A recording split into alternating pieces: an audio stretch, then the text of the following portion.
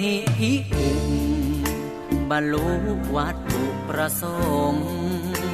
ประธานบวชด้วยพระองค์จึงเป็นพระสงฆ์รูปแรกเลิศล้ำพระรัตนตรัยแก้วสามประการปรากฏงดงามเข้าถึงไตรรัตน์ทั้งสามพระพุทธพระธรรมพระสงฆ์ทรงศีลพุทธังสรณังคัจฉามิธัมมังสรณังคัจฉามิสังฆังสรณังคัจฉามิ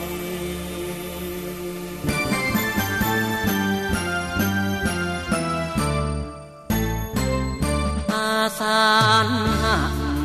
ลดละเลิกสิ่งเลวร้ายปิดทางแห่งอบายหลีกให้ไกลชั่วร้ายทั้งสิ้น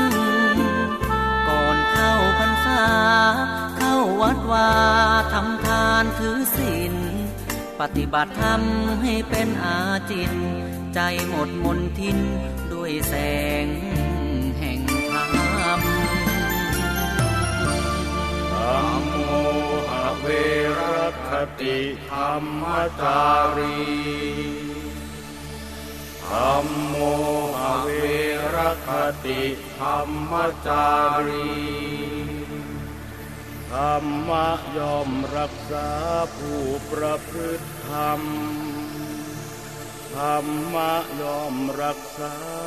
ผู้ประพฤติธรรม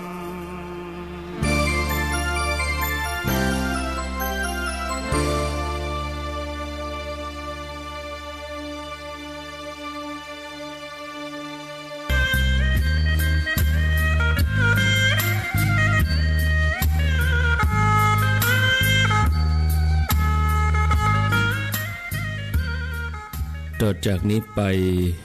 ขอเชิญท่านทั้งหลายรับฟังรายการสารธรรมยามแลงดำเนินรายการโดยพระครูอภิวัฒนวิกรมวัดปากดังเจริญตำบลดอยหล่ออำเภอดอยหล่อจังหวัดเชียงใหม่เชิญรับฟัง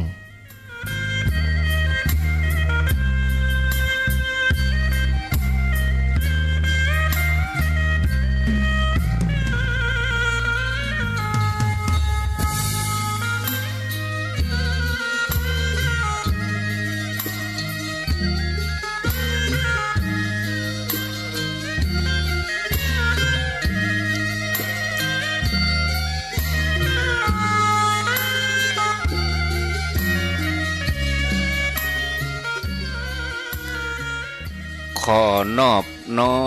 มเอากุณพระแก้วเจ้าดังสามประการอันมีพระพุทธพระธรรมพระสงฆ์กุณพ่อกุณแม่กุณครูบาอาจารย์กุณศีลธรรมกรรมฐานจงมาปกห่มรักษาครูบาอาจารย์พระเจ้าประสงค์ทุกรูปปกห่มรักษาป้อออกไม่ออกศรัทธาตั้นสาธุชนคนดีผู้สนใจใฝ่ในธรรมทุกท่านได้เวลาแล้วเนอได้เวลาแล้ว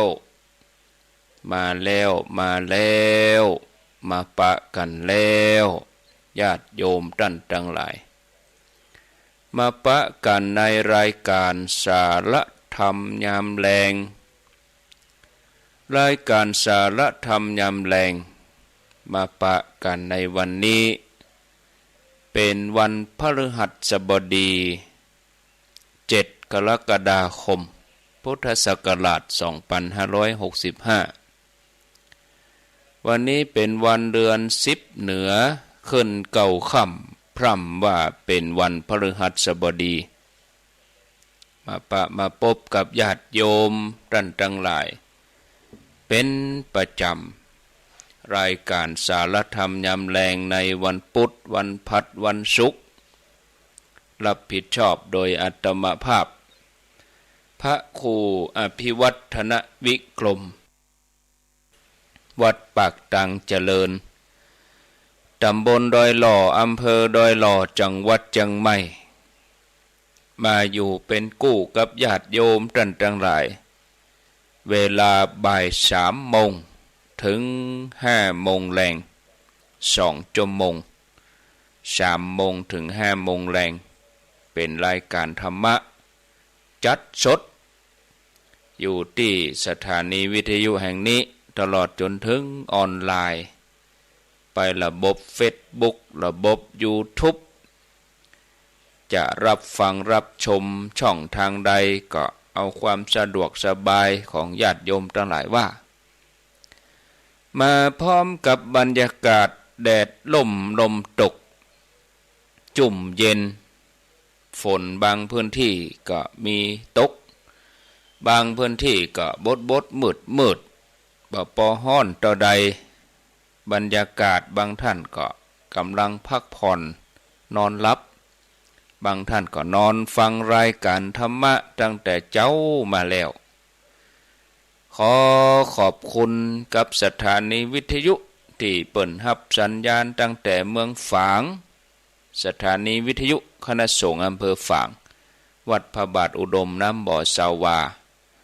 โดยหลวงพ่อพระครูสุจิตตานุรักษ์ด็อกเตอร์หลวงพ่อเจ้าคณะอำเภอฝางวัดพระบาทอุดมน้ำบ่อสาวาหลวงพ่อได้เมตตาเชื่อมสัญญาณให้เจ้าหน้าที่ฝ่ายควบคุมส่วนหน้าคือท่านอาจารย์จำเริญวัดพระธาตุม่อนปิ่นวัดศรีโพธารามวัดพระธาตุม่อนปิ่นอำเภอฝางไว้โอกาสว่างๆออกวัดสาแล้วเขาก็ไปแอวฝางเนาะญาติโยมเนาะไปแอวที่วัดพระบาทอุดมไปแอวที่ท่านอาจารย์จำเริญวัดพระธาตุม่อนปิ่นมึนแล้วบ่ได้แอวหากันก็ยินดีเด้อญาติโยมที่ติดตามกันหลายพื้นที่พี่น้องแม่อายชัยประการฝางเหนียวแน่นกินตาลที่ไหนไปแอวหากันไปแอวหากันม่วนอกม่วนใจญาติโยมที่รับฟังทางเมืองเชียงใหม่รับฟังที่104.50สถานีวิทยุเพื่อการพระพุทธศาสนาการศึกษาและวัฒนธรรมวัดฝ่ายหินโดยท่านพระอาจารย์ท่านพระครูสมุวิสุวัตวรกิจโจตลอดจนถึงเจ้าหน้าที่ฝ่ายเทคนิคทุกท่านทุกฝ่ายที่เปิดได้ให้ความสำคัญเชื่อมสัญญาณเอารายการนี้ไปสู่ผู้ฟังต่างบ้านครอบคลุมในโซนอำเภอเมืองก็ดีแม่แตงแม่ริมญาติโยมฟังตั้งสารปีโดยสเก็ตสันทรายรับฟังกันได้ต้องขออนุโมทนาด้วยหางดงก็รับฟังได้บางพื้นที่เลยหางดงมาก็ไหลมาที่ 89.50 เนอะญาติโยม 89.50 บ้านทุ่งเรดิโอโดยป่ออุดมแม่เทียมวันพุทธวงศ์เปิ่นได้ก็สัญญาณเอารายการนี้ไปสู่ญาติโยมผู้ฟังทางบ้านเป็นประจำจันทร์ถึงศุกร์เวลาบ่าย3 ถึง 5 โมงนี่จันทร์ถึงศุกร์ส่วนเมื่อเจ้า 89.50 บ้านทุ่งเรดิโออันนี้เปิ่นก็รับสัญญาณกูเจ้าเนอะญาติโยมตี5 ถึง 7 โมงอันนี้ก็แจ้งอนุโมทนาบุญตุยเลยต้าลี่ไปทางใต้ก็รับฟังได้ที่ 98.75 คลื่นธรรมะของชุมชนวัดห้วยตองซักก็ยังรอเวลาที่คลื่น 106.0 ที่บุญญาวาสนี่ก็ยังรอคำตอบอยู่ถ้าเปิ้นรับสัญญาณเขาก็ได้ยินกดเตื้อเปิ้นก็เอาเพลงเปิดยาวไปจนถึงมืดถึงค่ำนะก็อยากจะให้เปิ้นรับสัญญาณในช่วงบ่าย3นี้จะได้ยินได้ฟังพร้อมกันทักทายญาติโยมทางระบบ Facebook ด้วยเนอะแม่กองคำทิศวง แล้วก็มีสุภาพรอุปนันทะพิสมัยหินศิลญาติโยมแจ้งพิกัดตัวเด้อฟังจากที่ไหนยายมาโดยแม่เอ้ยสุติวงศ์ทำหน้าที่ให้ดีที่สุดมาลีพรหมพิยะบัวจันทร์เนาะแล้วก็เกษินีพรพิมลดีแท้จัญญาฟองศักดิ์สสิธรป่ามีคำผงอุ่นบุญตันสรัญญาทิพย์อักษรขุนสันลั่นนาฟามแล้วก็มีอะไรอย่างหลายท่านญาติโยมที่ติดตามเข้ามาตึงพระคุณเจ้าตัวตึงญาติโยมตัวเนาะพระก็ฟังโยมก็ฟังติดตามกันตึงวันมาปะกันแล้วบ่ฮื้อได้ขาดแคลวเสียเวลานำเสนอสาระธรรมะวันนี้จะอู้เรื่องบุญเนาะญาติโยมทั้งหลายแต่เจ้านี่ได้เล่าเรื่องเบญจกเศรษฐีโอ้ม่วนเบญจกเศรษฐีนี่เปิ้นได้กินทานทำบุญหลายท่านโอ้ฟังได้เกิงเดียวรับละไปเหี่ยวว่านอนนี่เนาะก็เอามาฟังกันแทำไมพี่น้องต่างแม่ห้วยเงินโดยเนาะโดยสเก็ตสันทรายอนุโมทนารับฟังกันได้ทั่วไปหมดทุกที่ทุกแห่งจะได้ถ้าว่าติดตามทาง Facebook นี่ก็ตักอู้กันมาพ่องเด้อจะไปฟังบ่ได้เงียบก็บ่ฮู้ไผฟังกะไผไม่ฟังกะอีน่ะอันนี้นี่โอ้เปิ้นตักเข้ามาแล้วฟังแรงนี้อยู่ชัยประการฟังพระบาทอุดมนี่ล่ะชื่อสวรักษ์อภิวงศ์แม่เดือนเพ็ญทิมวางแม่กองคำสิบปันจันทาตัน40,000นอท่านอาจารย์จำนันสีหมื่นสันกูทองเพิ่นจะมีงานกำลังเห่งบูรณะซ่อมแซมแปลงวัดแปลงวากำแพงศาลากำแพงธาตุวิหารอนุโมทนากับบัวตองอินสุวรรณฟังอยู่พะเยาเนอะว่าโอ้อยู่พะเยาปุ่นกะพะเยาก็ยังฟังได้ยุพินอินทสมขออนุโมทนาแล้วก็มีสายพินคำทิพย์บ่ได้แจ้งพิกัดฟังจากตีนไหนสันกำแพงฟังอยู่เนอะเวลาญาติโยมเขาพิมพ์มานี่ก็ถือว่าอาตมาก็จะนึกถึงว่าสมมุติว่าญาติโยมว่าฟังอยู่ด้วยสเก็ตเขาก็นึกภาพเขาก็เคยไปทางนั้นอีนะฟังอยู่สันกำแพงเขาก็นึกภาพเคยไปสันกำแพงห้วยสายตาลี่อันนี้ก็อยู่ที่หนองปลาซิวแม่เพ็ญศรีประเสริฐสังอันนี้ติดตามกันมาหมดแล้วเนาะแม่เพ็ญศรีตั้งแต่สมัย 88.75 คลื่นสีขาวนะหมดแล้วได้ง่อมหาเหมือนกันนะ 88.75 เป็นตำนานไปเหรอว่างๆจะเอาเพลงมาปลดพอ 88.75 เป็น20 ปีแล้วนี่เนาะเอาสันทรายป่าเหมือดแล้วก็มีสันทรายแม่ย่อยก็ขออนุโมทนาโดยเนออนุโมทนาเรียบร้อยฟังอยู่ละปูนฟังจากละปูนนี่ก็สีไก่เนาะสันกำแพงบวกก้างปูคานี่นะเปิ้นฟังกันนักกันหลายขอบคุณเนอเนาะกำเดียวเกาะก้อยเอามาตักมาอู้กันหลายผู้หลายท่านขอบคุณอนุโมทนาจะได้ก็จะเอาอันFacebook แล้วก็กรรมติชมก็ดีญาติโยมที่พิมพ์เข้ามาแสดงความคิดความเห็น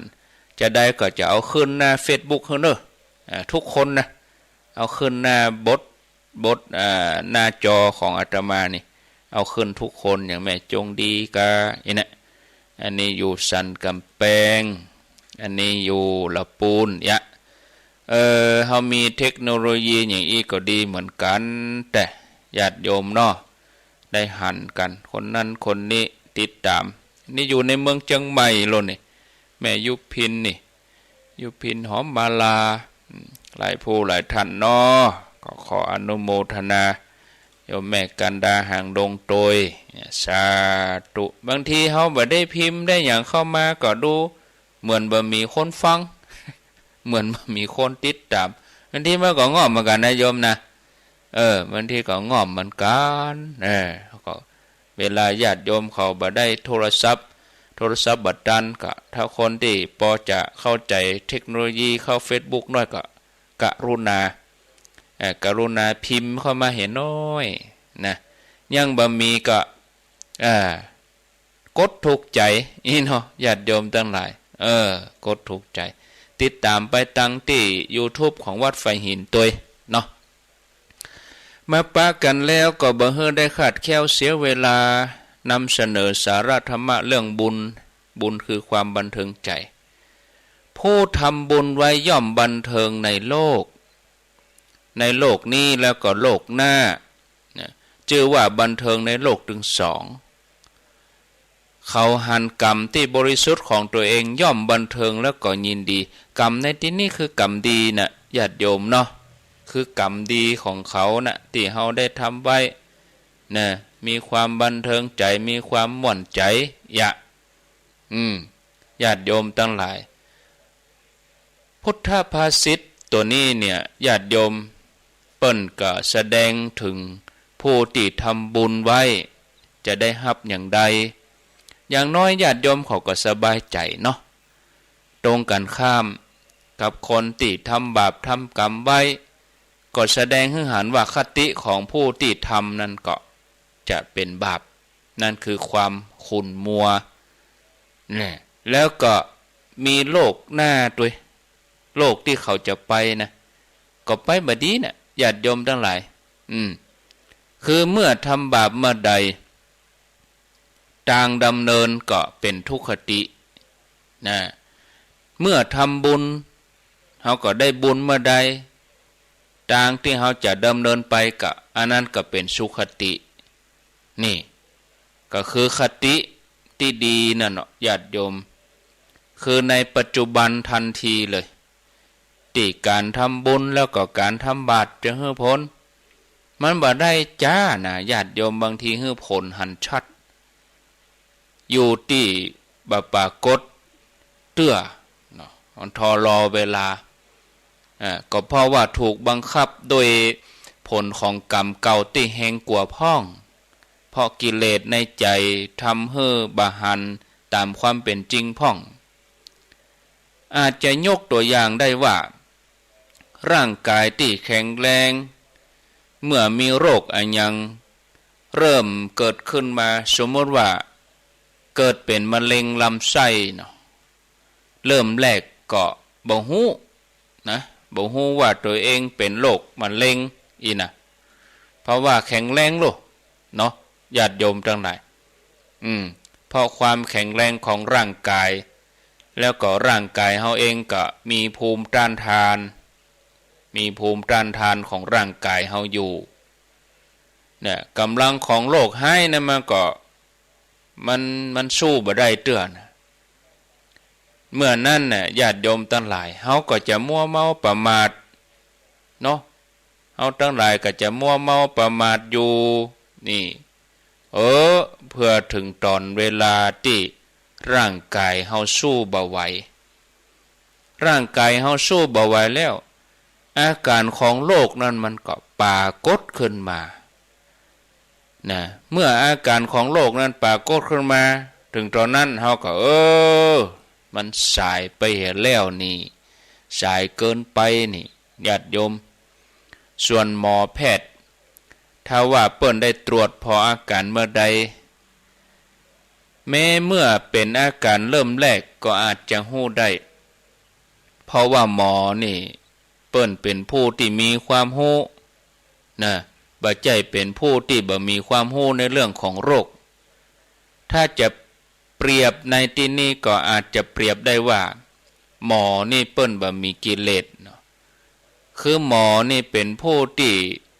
มีความรู้ถูกในเรื่องของโรค ส่วนคนที่บ่ใช่หมอบ่ใช่แพทย์มีเพียงความหลงในเรื่องของโรคหมอก็เลยฮู้อาการของโรคคนที่บ่ใช่หมอก็บ่ฮู้อาการของโรคนะญาติโยมทั้งหลายนี่บ่ฮู้ผลของกรรมถึงสองอย่างคือกรรมดีกรรมชั่วหรือบุญบาปเจ้าตัวก็บ่อาจจะหันที่เกิดขึ้นทันทีเพราะว่าอาจไปหันผลที่แห้งกว่าเหมดฉะนั้นเพราะมีกิเลสโดยเฉพาะคือว่ามันปิดบังบ่ให้เฮาหันแต่ผู้ที่มีปัญญามีความหันถูกต้องเปิ้นจะหันผลของกรรมดีกรรมชั่วที่เกิดขึ้นในทันทีผู้มีปัญญาหันได้อย่างอีกก็เลยเชื่อในเรื่องของกรรมเรื่องผลของกรรมก็คือเชื่อว่ากรรมดีให้ผลดีกรรมชั่วให้ผลชั่วให้ผลให้คนทำกรรมใดไว้ก็จักได้รับผลของกรรมนั้นผู้มีปัญญาเปิ้นก็พยายามทำแต่กรรมดีละเว้นกรรมชั่วตรงกันข้ามกับคนที่เปิ้นขาดสติบ่ได้พิจารณาบ่ได้หันตามความเป็นจริงนะคือบ่หันเพียงแต่ว่าพระสัมมาสัมพุทธเจ้าพระองค์ตรัสไว้เป็นความจริงในเรื่องของกรรมและก็ผลของกรรมคนเหล่านั้นก็เลยทำก็อย่างตามชอบใจบ่ได้พิจารณาให้รอบคอบก่อนที่จะทำบ่ได้พยายามทำกรรมดีแล้วก็บ่ได้พยายามละเว้นความชั่วเพราะบ่หันประโยชน์ว่าต้องทำไปเพื่ออะไรอย่างผลก็คือ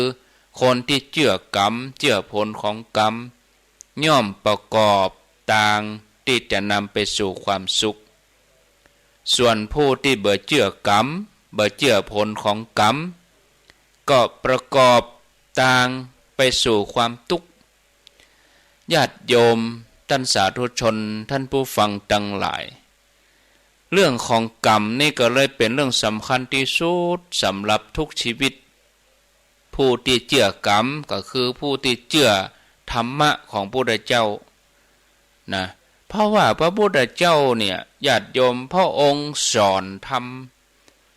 ให้ฮู้ทีให้ฮู้ดีฮู้ชั่วให้ทำดีละชั่วตลอดส่วนผู้ที่บ่เชื่อกรรมก็คือคนที่บ่เชื่อธรรมะของพระพุทธเจ้าคนบ่เชื่อกรรมก็คือบ่เชื่อพระพุทธเจ้าเนาะญาติโยมเนาะคนที่เชื่อกรรมก็คือคนเชื่อพระพุทธเจ้าเชื่อว่าบาปบุญคุณโทษมีจริงสวรรค์นรกมีจริงญาติโยมนะผู้มาบริหารจิตทั้งหลายญาติโยมทั้งหลายที่เฮาฟังธรรมะกันถึงวันเจ้ามาเฮาก็ฟังคำมาเฮาก็ฟังเนี่ยที่เฮาฟังธรรมะที่เฮาทั้งหลายเข้าหาธรรมะเนี่ยคือเฮาทั้งหลายพิจารณาความจริง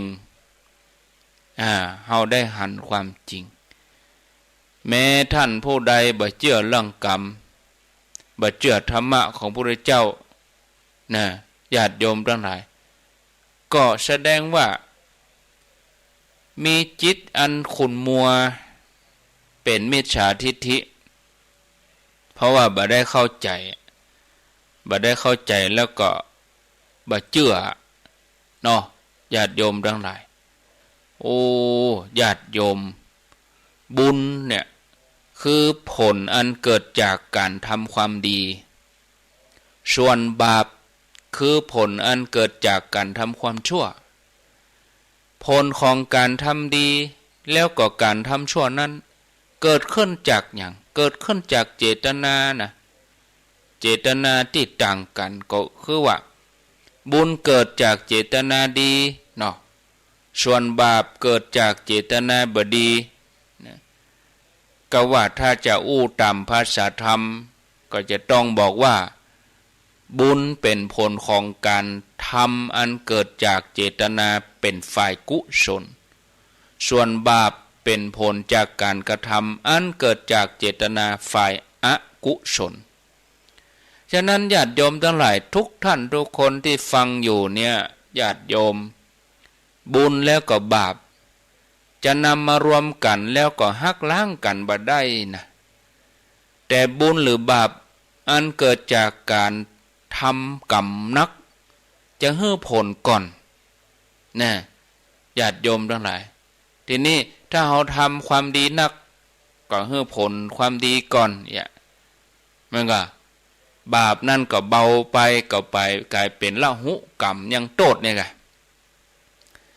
ศาลตัดสินให้มันก็ศาลตัดสินเป็นประหารชีวิตอีนะต่อไปก็ลดโทษลงก็เหลือจำคุกตลอดชีวิตต่อไปก็ลดโทษลงก็เป็นจำคุก10 ปี20 ปีลดลงไปเรื่อยๆก็เหมือนเดียวกันได้ว่าความผิดนั้นยังมีก็มีบางทีมันก็เป็นละหุโทษบางทีก็โทษเบาอย่างนะเนาะโดยคุณงามความดีของเฮาเนี่ยโดยเหตุนี้ญาติโยมทั้งหลายบางครั้งท่านทั้งหลายได้หานคนทำชั่วในปัจจุบันโอ้อันนั้นบดีแต่บดีว่านะยังมาเจริญด้วยลาภยศเงินทองแล้วก็ในต่างกลับกันได้หันคนทำแต่ความดีอย่างมาทุกข์อย่างมาเดือดร้อนก็เลยพานเข้าใจผิดว่าทำดีแล้วบ่ได้ดีเนาะกลับกันทำชั่วแล้วยังได้ดีจะหันได้จากกรรมที่กันจนติดปากว่าทำดีได้ดีมีที่ไหนทำชั่วได้ดีมีถมไปแต่ยิ่งกว่านั้นก็คือญาติโยมทั้งหลายคนที่ทำความชั่วแต่เข้าใจว่ามันเป็นดีทั้งที่มันเป็นความบดีทั้งที่มันเป็นความชั่วแต่ตัวเองเข้าใจไปคนเดียวว่าเฮาก็ทำดีแล้วรู้มันดีคนเดียวหรอญาติโยมคนอื่นว่ามันบ่ดีนะเนาะญาติโยมสมมุติเนี่ยเฮาเปิ้นรณรงค์กันว่างดเหล้าเข้าวัดสาเน้ออีเนาะถวายเป็นพุทธปูจางดเหล้าเข้าวัดสาคนทั้งหลายก็ป้ากันว่าดีแต่ตัวเก่าว่าบ่ดีงดเนี่ยหยังไปใครกินก็กินกะประชาธิปไตยก็เดี๋ยวโควิดจะถามหาเนอะหันเปิ้นปลดล็อกบ่เจ้ว่าจะให้เฮาประมาทนะเปิ้นปลดล็อกบ่เจ้ว่าเฮาประมาทเฮาจะต้องตั้งอยู่ในความบ่ประมาทเฮาจะต้องเกียมตัวจะไปประมาทกาดอย่าตกบ่กองเปิ้นปลดล็อกดูตั้งกินนี่มันบ่ถูกเดี๋ยวโควิดจะยาวแล้วมันจะลามแล้วมันจะปามยากเอาไปเอามาเพราะเฮามันตามใจตัวเก่าเกินไปเปิ้นว่าบ่ดีตัวว่าดีเนี่ยญาติโยมเนาะนี่ญาติโยมท่านทั้งหลายเข้าใจคนเดียวว่าดีก็เลยลุกขึ้นมาเรียกร้องทวงความดีเรียกร้องทวงความยุติธรรมให้แก่ตัวเองโดยนำตัวเองไปเปรียบเทียบกับผู้ที่ดีกว่าตัวเก่าแล้วเมื่อได้รับการสนองตอบได้ประกาศก้องว่าตัวเองบ่ได้รับความเป็นธรรมเกี่ยวกับเรื่องทำนองนั้นทำนองนี้ได้หันกันจนเต็มไปหมดในสังคมไทยเฮานี่ทีนี้สาเหตุมาจากอย่างญาติโยมทั้งหลายว่าสาเหตุก็มาจากปัจจัยหลายๆอย่างดังต่อไปนี้นี่เนาะญาติโยมทั้งหลายคำว่ากรรมตามนัยยะแห่งคำสอนของพุทธศาสนานี่เปิ้นหมายถึงการกระทำมีเจตนาเป็นที่ตั้งเจตนาคืออย่างคือความจงใจจะให้เกิดผลตามใจตัวเองต้องการถึงฝ่ายกุศลก็คือเจตนาดีฝ่ายที่เป็นอกุศลคือเจตนาบ่ดีเมื่อผลของการกระทำเป็นไปตามเจตนาอันนี้ปนห้องว่ากรรมเนี่ยเจตนาหังภิกขเวกัมมังภิกขเววัฏฐามิตถาคตห้องการกระทำที่มีเจตนาว่ากรรมอันที่สองกรรมในพุทธศาสนานี่ แบ่งเป็นสองประเภทโดยอาศัยเจตนาคือกุศลกรรมแล้วก็อกุศลกรรมกุศลกรรมก็คือกรรมดีอันเกิดจากความคิดหรือว่าสิ่งที่มันสุจริตกายสุจริตเนาะวจีสุจริตมโนสุจริตนะเว้นจากทุจริต3อย่างมันก็ตรงกันข้ามกันถ้าเป็นกุศลก็คือสุจริต3อย่างกายวาจาใจประกอบสุจริตเนี่ยถ้าเราทำประเภทนี้ดีก็เป็นบุญเมื่อเป็นบุญก็ก่อให้เกิดเกิดความสุขความสบายใจความสบายกายอกุศลก็คือกรรมที่เกิดจากความคิดกายว่าจะใจที่มันทุจริตนะคือบดีเป็นอกุศลกรรมประเภทนี้ก็ให้ผลเป็นบาปผลนั่นก็คือเกิดความทุกข์กายเกิดความทุกข์ใจแก่ผู้ที่ทำนะญาติโยมทั้งหลายการกระทำอย่างที่ผิดกฎหมายจะเป็นการกระทำที่ผิดศีลโดยเฉพาะอย่างยิ่งศีล5เนี่ยซึ่งเป็นศีลของญาติโยมศีลของคฤหัสถ์ที่เขาจะต้องรักษาบัดเดี๋ยวนี้ข้างแห่มศีลหน้าผ่านไปศีล8ค่ำแล้วศีลหน้านี่จะเข้าวสาเขาจะต้องเห่งเนอะเป็นการเตรียมพร้อมไว้นะญาติโยมเตรียมพร้อมเตรียมตัวไว้ในการปฏิบัตินะนักกีฬาเพิ่นยังซักซ้อมคือเขาซักซ้อมไว้กะเนาะญาติโยมเนี่ยเดี๋ยวกันเนอะอาตมาเช็ควิทยุก่อนวิทยุเหมือนจะเงียบโอ้ดังอยู่หรอตะกี้เงียบไปซักซ้อมไว้ญาติโยมทั้งหลายศีล5อันเป็นศีลของฆราวาสที่จะต้องรักษานะถ้าต้องการจะเป็นคนดีในสังคมนะเพื่อให้สังคมโดยรวมเป็นไปอย่างสันติสุขสงบสุขเพราะเพียงลำพังกฎหมายนี่บ่มีทางที่จะทำให้คนในสังคมอยู่ร่มเย็นเป็นสุขได้เพราะยังญาติโยมเพราะว่าคนที่ทำผิดกฎหมายถ้าบ่ถูกจับกุมมาลงโทษหรือว่าบ่ถูกยับนะถ้าบ่มีพยานหลักฐานเพียงพอที่จะเอามาลงโทษนะก็จะพ้นผิดกลายเป็นผู้บริสุทธิ์ในที่สุดก็ลอยนวลอยู่ต่อแต่ถ้าผู้ทำผิดศีลในทันทีที่ทำผิดด้วยเจตนาผิดศีลแล้วถ้าผู้ทำผิดศีลโดยโอตตัปปะคือความเก่งกลัวต่อผลของบาปกรรมดังนั้นก็จะบ่ทำแถมหลังจากรู้ว่าตัวเองผิดไปนะโดยเหตุเนี่ยญาติโยมทั้งหลายถึง2อย่างนี้ศีลธรรมก็เป็นคำสอนของพระพุทธเจ้านะยังมีความจำเป็นต่อสังคมเฮานี่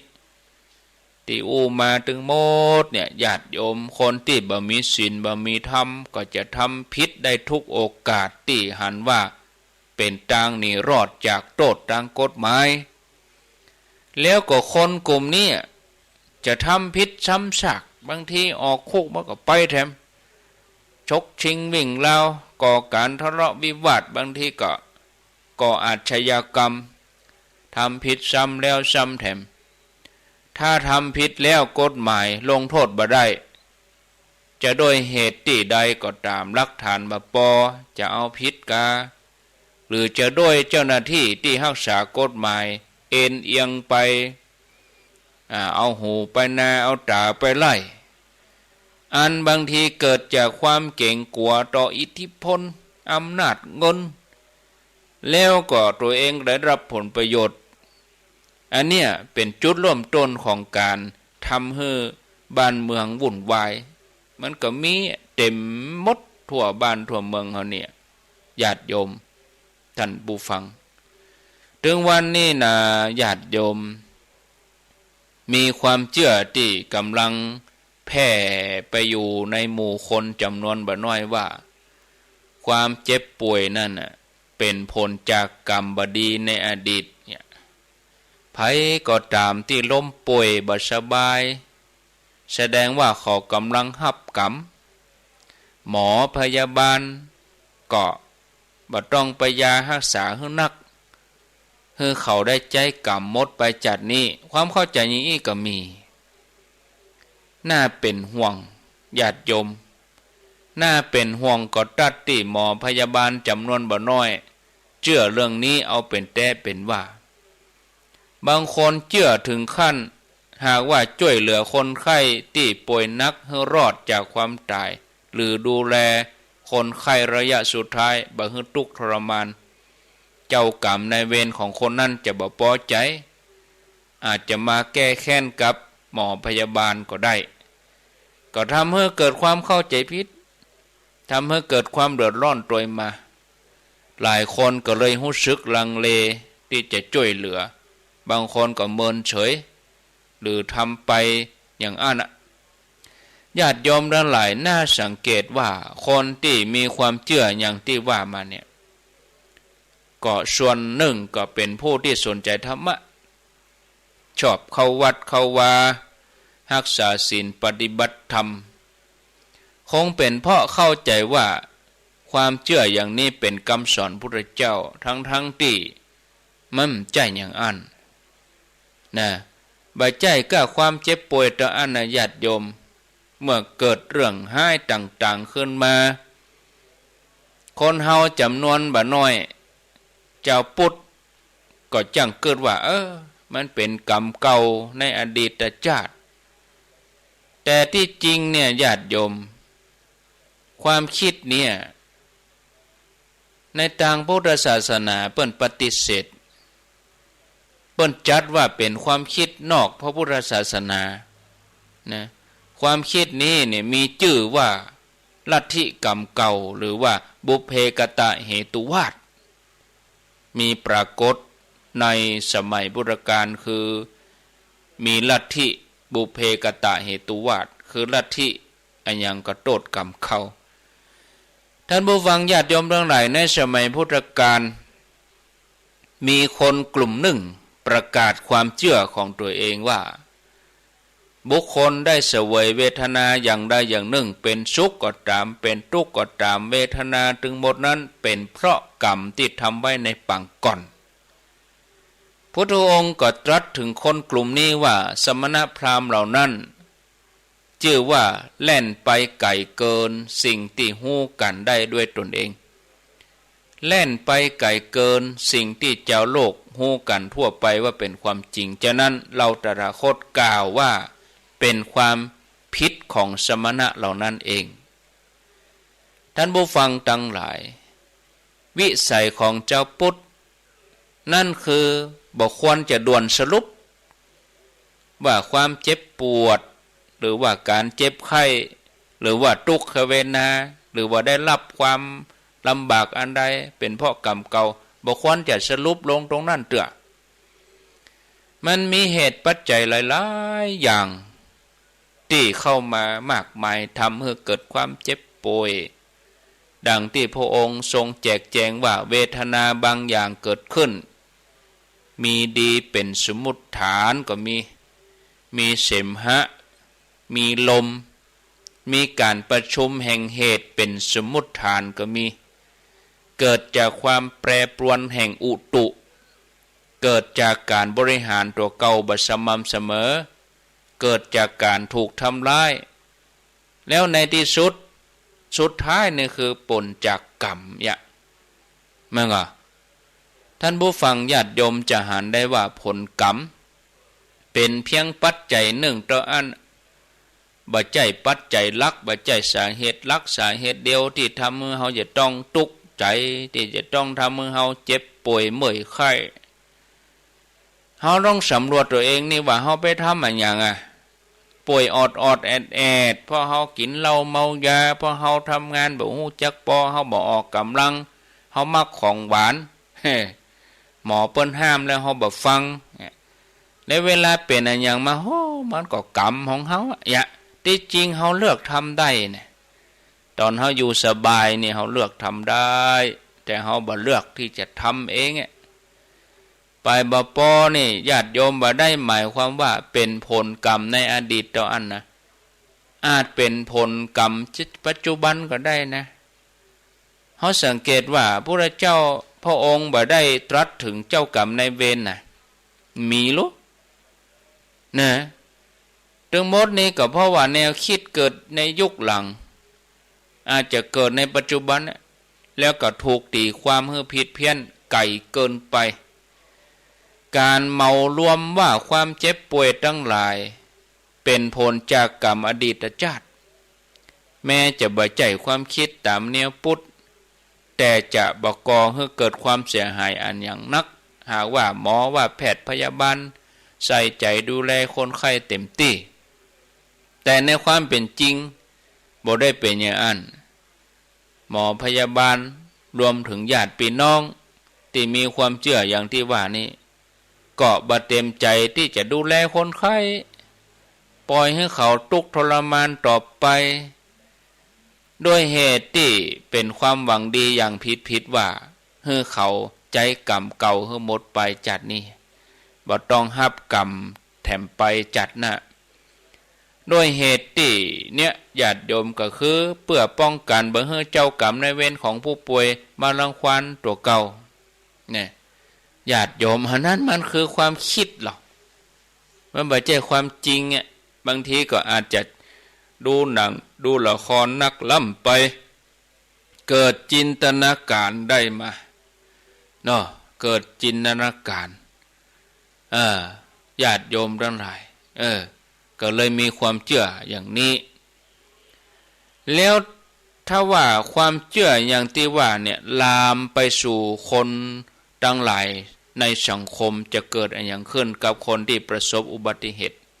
คนที่กำลังจมน้ำคนที่กำลังถูกกระทำชำเราถ้าว่าคนที่อยู่ในเหตุการณ์พอว่าภัยที่กำลังเกิดขึ้นมันเป็นผลจากกรรมเก่าฉะนั้นก็เลยควรปล่อยให้ไปอย่างนั้นเฮาบอกควรจะช่วยเหลือเขาแล้วกะเพราะจะกลายเป็นการแทรกแซงกรรมอีกกะหรือทำให้เจ้ากรรมนายเวรของคนเหล่านั้นปิกมาเล่นงานเฮาอีกญาติโยมบ้านเฮาเมืองไทยที่ไผๆชอบอ้างว่าเป็นเมืองพุทธก็จะกลายเป็นเมืองที่คนบ่ได้สนใจกันบ่ได้ดูแลกันต่างคนต่างอยู่ถ้าว่าผู้คนทั้งหลายต่างนิ่งเฉยดูได้บ่มีน้ำใจต่อเพื่อนมนุษย์ที่กำลังประสบกับความทุกข์ต่อหน้าต่อตาโดยเหตุผลเพียงเพราะว่าบ่ต้องการแทรกแซงกรรมของเขาท่านผู้ฟังญาติโยมอันนี้เป็นเพียงตัวอย่างหนึ่งของความเข้าใจผิดในเรื่องกรรมกฎแห่งกรรมที่องค์พระสัมมาสัมพุทธเจ้าพระองค์นำมาเสนอนำมาสอนแก่เจ้าพุทธเท่านั้นจุดมุ่งหมายสำคัญก็เพื่อส่งเสริมให้คนเขาทำดีทำความดีกายว่าใจบริสุทธิ์มีความสุจริตกายว่าใจคำสอนของพระเจ้าในทางพุทธศาสนาก็เพื่อเอื้อเฟื้อเกื้อกูลกันถ้าว่าผลที่ออกมาปิ้นกันตรงกันข้ามคือคนเฮาเจ้าพุทธอยู่ด้วยกันอย่างไร้น้ำใจคิดแต่ตัวเองผลประโยชน์ตัวเองมากกว่าเป็นสัญญาณบอกว่าอันนั้นเป็นความเข้าใจผิดพลาดที่เกิดขึ้นญาติโยมเนาะที่จริงถ้าว่าเฮาพิจารณาเห็นน้อยเนี่ยเฮาจะพบว่าเฮาบ่ควรอยู่นิ่งดูได้บ่ช่วยเหลือผู้ที่กำลังประสบทุกข์ต่อหน้าต่อตาเลยกะเฮานั่งพอเนี่ยมันเป็นการสร้างกรรมอย่างหนึ่งเหมือนกันนะเนาะนั่งพอเปิ้นอดเปิ้นอยากเนี่ยญาติโยมมันบ่ใจกรรมดีนะตัวนี้ก็ส่งผลให้เป็นวิบากต่อผู้ที่อยู่นั่นนะในวันต่างหน้ายกตัวอย่างเมื่อตัวเก่าประสบเหตุร้ายก็จะบ่มีภัยเข้ามาช่วยเหลือญาติโยมบ่ใจแต่ตัวนะลองกึดต่อไปแหมสักน้อยถ้าว่ามีผู้ประสบเคราะห์ บอกว่าป่วยนักก็ดีประสบอุบัติเหตุหรือกำลังถูกกระทำชำเราเป็นพ่อแม่หรือลูกหลานญาติพี่น้องของเขาจะอยู่นิ่งดูได้ด้วยเหตุผลปล่อยให้เขาใจกรรมไปก่ออันเนี้ยญาติโยมถ้าคำตอบคือบอกควรนิ่งดูได้เขาก็ควรทำอย่างใดอย่างหนึ่งซึ่งมันเกิดประโยชน์แล้วเขาควรจะทำอย่างเดียวกันกับคนอื่นโดย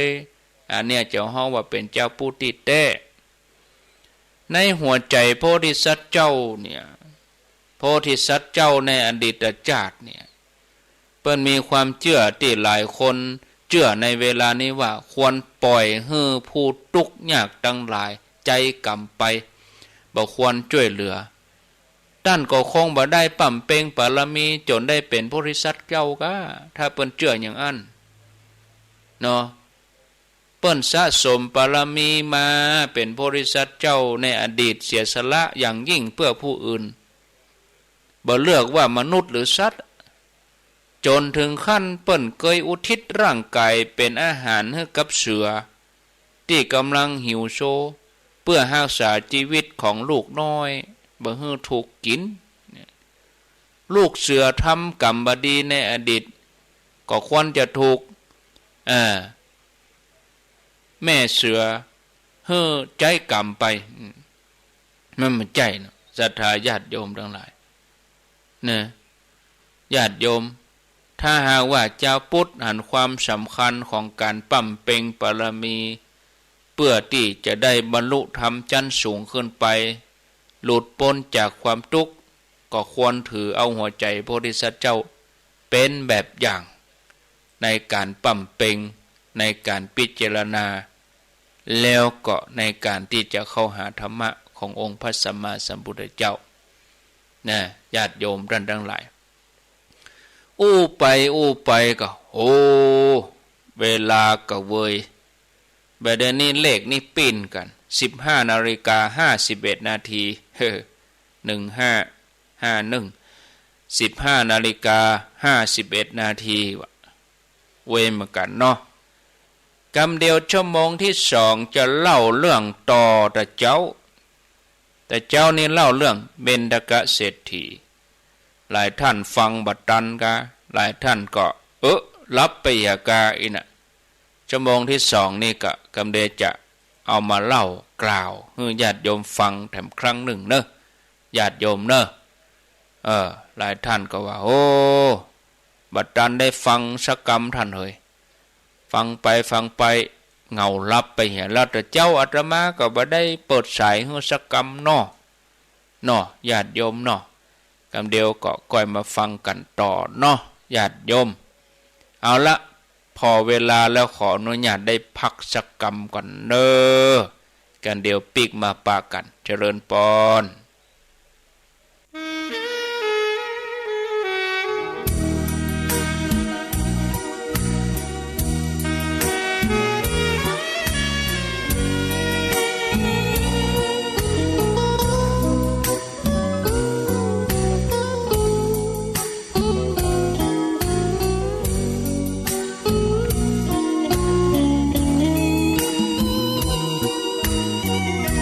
บ่แม่นจนเครียดแล้วต้องกินเหล้ามีเรื่องให้เมาอยู่หลายเด้อ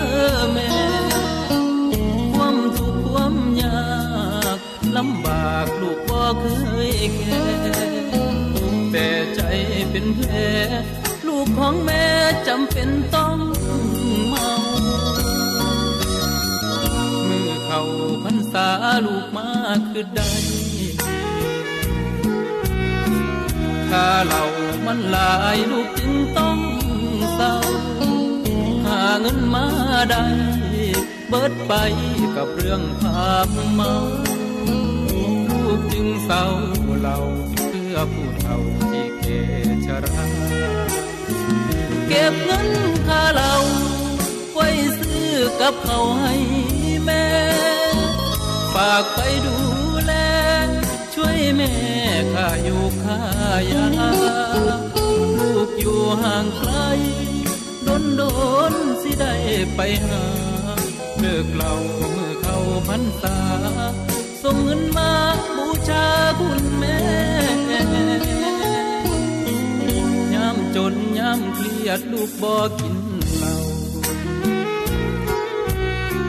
สร้างจากความเมาลูกคิดเห็นแม่เศร้าทุกเศร้ายากลูกอยากกลับไปดูแลหาข้าวให้แม่ฟูป้อนอยู่ป้อ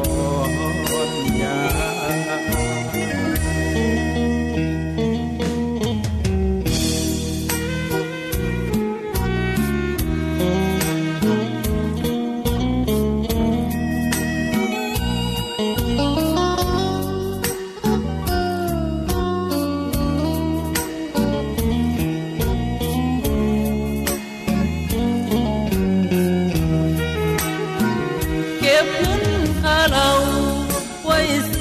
กับเขาให้แม่ฝากไปดูแลช่วยแม่ข้าอยู่ข้ายาลูกอยู่ห่างไกลโดนสิได้ไปหาเลิกเล่าเมื่อเข้าพรรษาส่งเงินมาบูชาคุณแม่ยามจนยามเครียดลูกบ่กินเหล้าสร้างจากความเมาลูกคิดเห็นแม่เศร้าทุกเศร้ายากลูกอยากกลับไปดูแลหาข้าวให้แม่ฟูป้อนอยู่ป้อนยา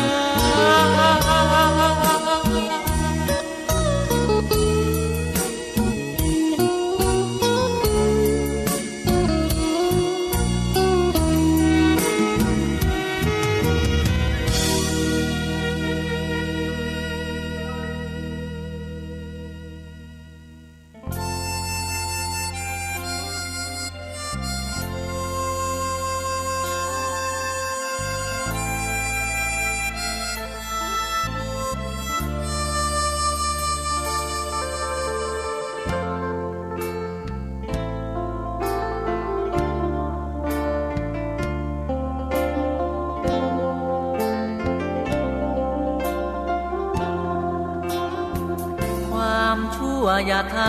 ำอกุศลกรรมอย่าก่อ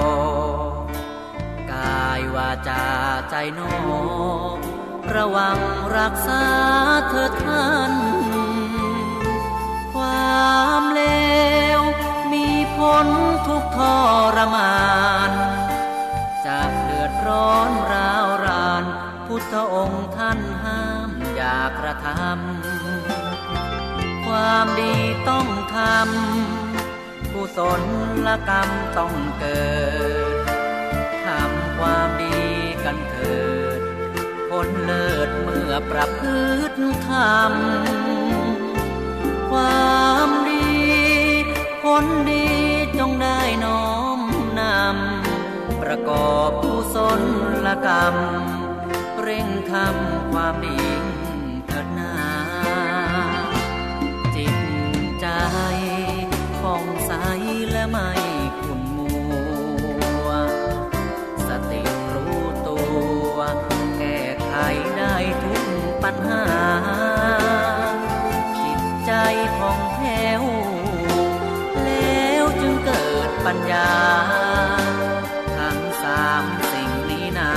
องค์พระสัมมาท่านทรงสอนไว้ละชั่วทำดีจิตใจที่ผ่องใสสะอาดเดินตามรอยพระบาทองค์ศาสดายิ่งใหญ่กฎแห่งกรรมทำแล้วติดตามเราไปทำดีกันเถิดหญิงชายพุทธองค์สอนไว้จงได้น้อมนำ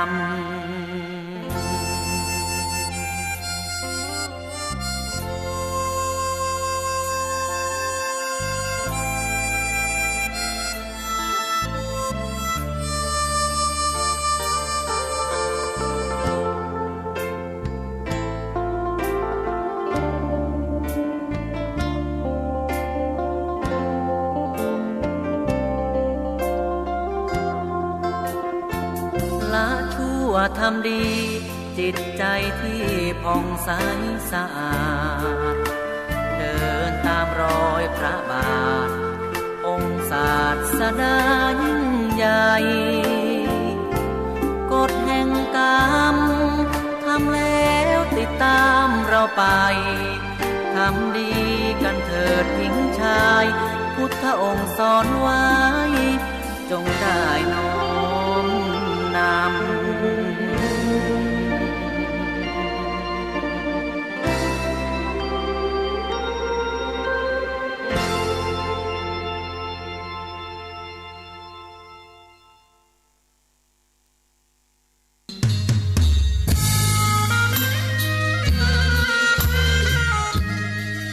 เอาแล้วศรัทธาญาติโยมท่านสาธุชนทุกคนทุกท่านพ่อแม่ศรัทธาทั้งหลายได้พักฉันน้ำดื่มน้ำอุ่นก็ทำให้จุ่มคอดีมีเสียงมีกำลังที่จะได้อู้ได้จากันต่อไปท่านผู้ฟังกำลังรับฟังรายการสารธรรมยามแลงรายการสารธรรมยามแลง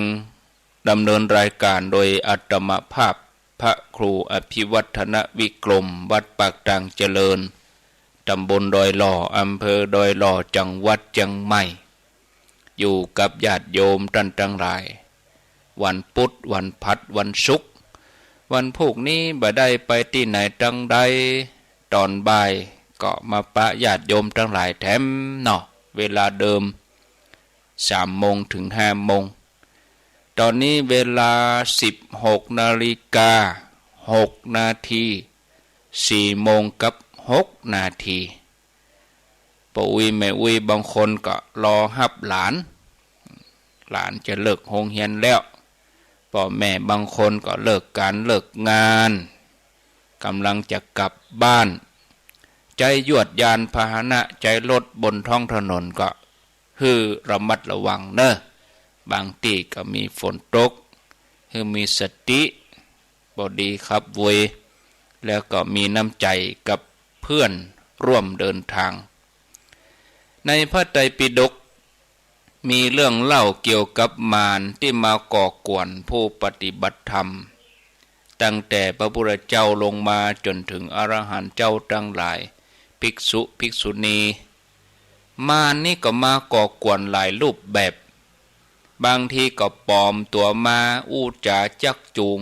เพื่อคลายความเพียรยกตัวอย่างมาอู้กับภิกษุณีที่กำลังทำความเพียรอยู่มารก็มาอู้ว่าท่านยังสาวอยู่ยังงามอยู่ไปหาความสุขทางโลกเตอะแก่แล้วเท่าแล้วก่อนก่อยมาปฏิบัติธรรมเนี่ยเป็นการได้ประโยชน์จากโลกถึง2คือโลกของฆราวาสก็ได้โลกบรรพชิตก็ได้ตอนนี้ยังหนุ่มยังสาวเสาะหาความสุขของโลกฆราวาสโดยการเสพสมเสพกามถ้าแก่แล้วก็ก้อยมาหาความสุขดังธรรมฟังพอก็เหตุผลก็ดีน่าคล้อยตามบางทีมารก็มาหลอกให้กลัวทำให้เกิดแผ่นดินไหวปลอมตัวออกมาเป็นเงามืดเป็นงูตัวใหญ่มาไล่มาขู่ให้กลัวให้เลิกปฏิบัติธรรมแม้กระทั่งพระพุทธเจ้าญาติโยมเมื่อครั้งที่พระองค์ปั่มเป่งปฏิบัติพุทธเจ้าทำความเปลี่ยนก็ยังมีมารมารังควานยกตัวอย่างจวนให้พระพุทธเจ้าปิกไปปฏิบัติทุกขละกิริยามีเตื้อหนึ่งมารมาอู้กับพระพุทธเจ้าว่า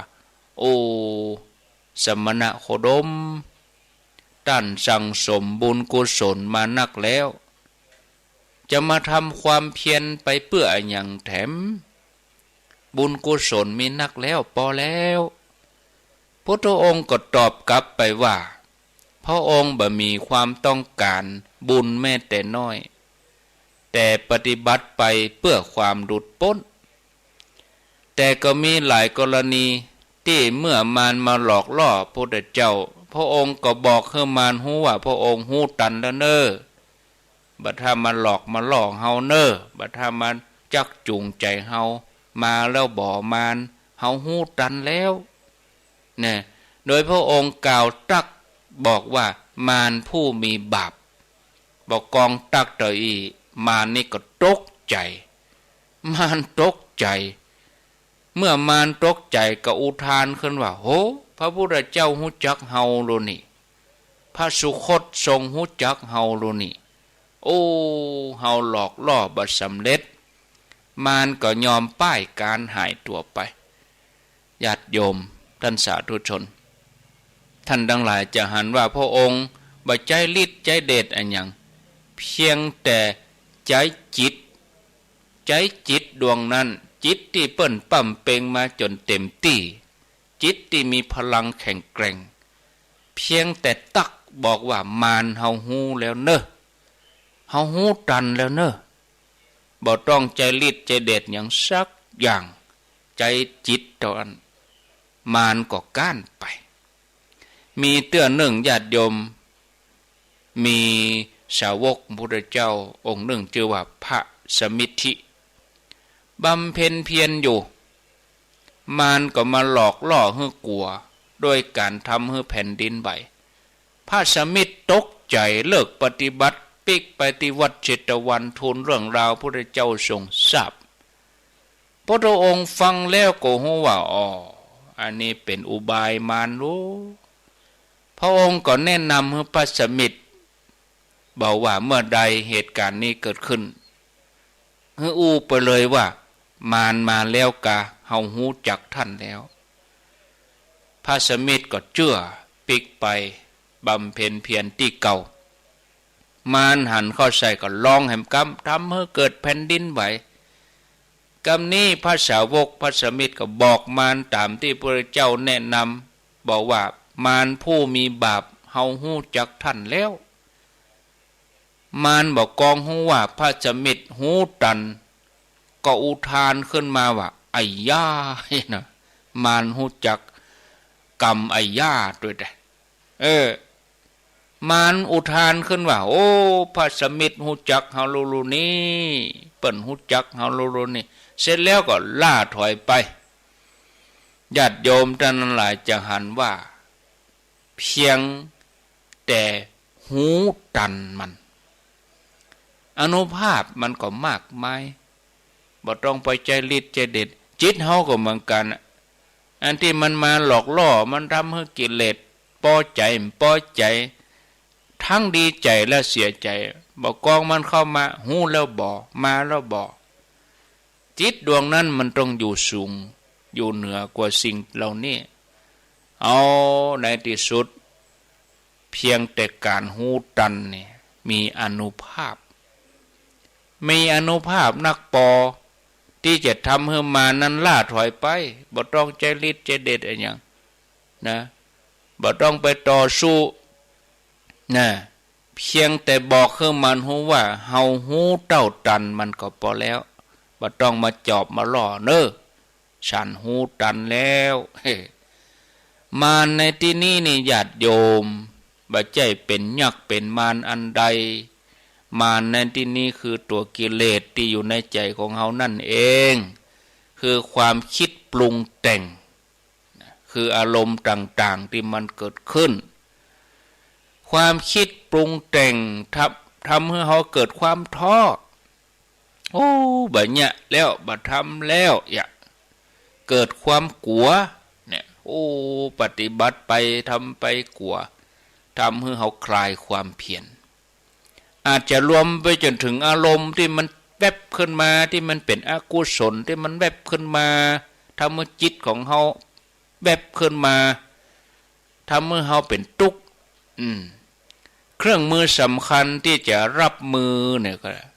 คือตัวสตินี่นะญาติโยมตัวสติแล้วก็คือการหูแล้วก็เฉย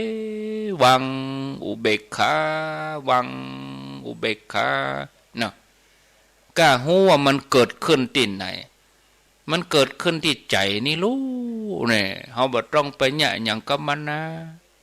บอกว่ามันจะมาก่อกวนเฮายังได้ก็ตามขนาดพระมหาโมคคัลลานะเนี่ยมันก็เคยมาก่อกวนเฮือปั่นป่วนที่ต้องทีแรกท่านก็ฮู้นะเพราะอันยัง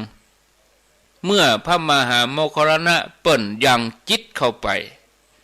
ก็ฮู้ทันทีว่าโอ้ฝีมือมารโลนี่ท่านก็อู้กับมารอย่างเดียวกันมารเฮาฮู้จักท่านอย่าคิดว่าเฮาบ่ฮู้จักท่านนะบอกกองมารฮู้ว่าพระมหาโมคคัลลานะฮู้ตันโอ้มารก็เลยหนีไปความโกรธความโลภความงุดงิดทั้งหลายความรู้สึกอันอย่างต่างๆก็อย่างเดียวกันนั้นเน้อทันทีที่เฮาฮู้เต้าตันมันขึ้นมาในอกนี่บ่มันจุกที่อกนี่บ่มันมาบึดมันมือสั่นแล้วบ่มันตีนหูแดงแล้วบ่มาแล้วบ่จิตเฮาต้องอยู่สูงกว่าหั่นแหมหน่อยเสร็จเรียบร้อยมันก็ล่าถอยไปเนี่ยญาติโยมเนาะเวลาที่มีความคิดมีจิตอกุศลเกิดขึ้นเพียงแต่หูเฉยก็พอแล้วบ่ต้องไปแยะอย่างมันจิตที่มันขุ่นมัวในบางทีมันก็หูกรรมอยู่มันจะลึงทีนี้เฮาพอ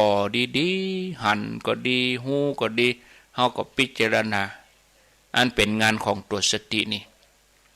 คนส่วนใหญ่นี่ญาติโยมเวลาเกิดอารมณ์อกุศลขึ้นมามักจะอยู่เฉยบ่ได้เสาะหาที่ยึด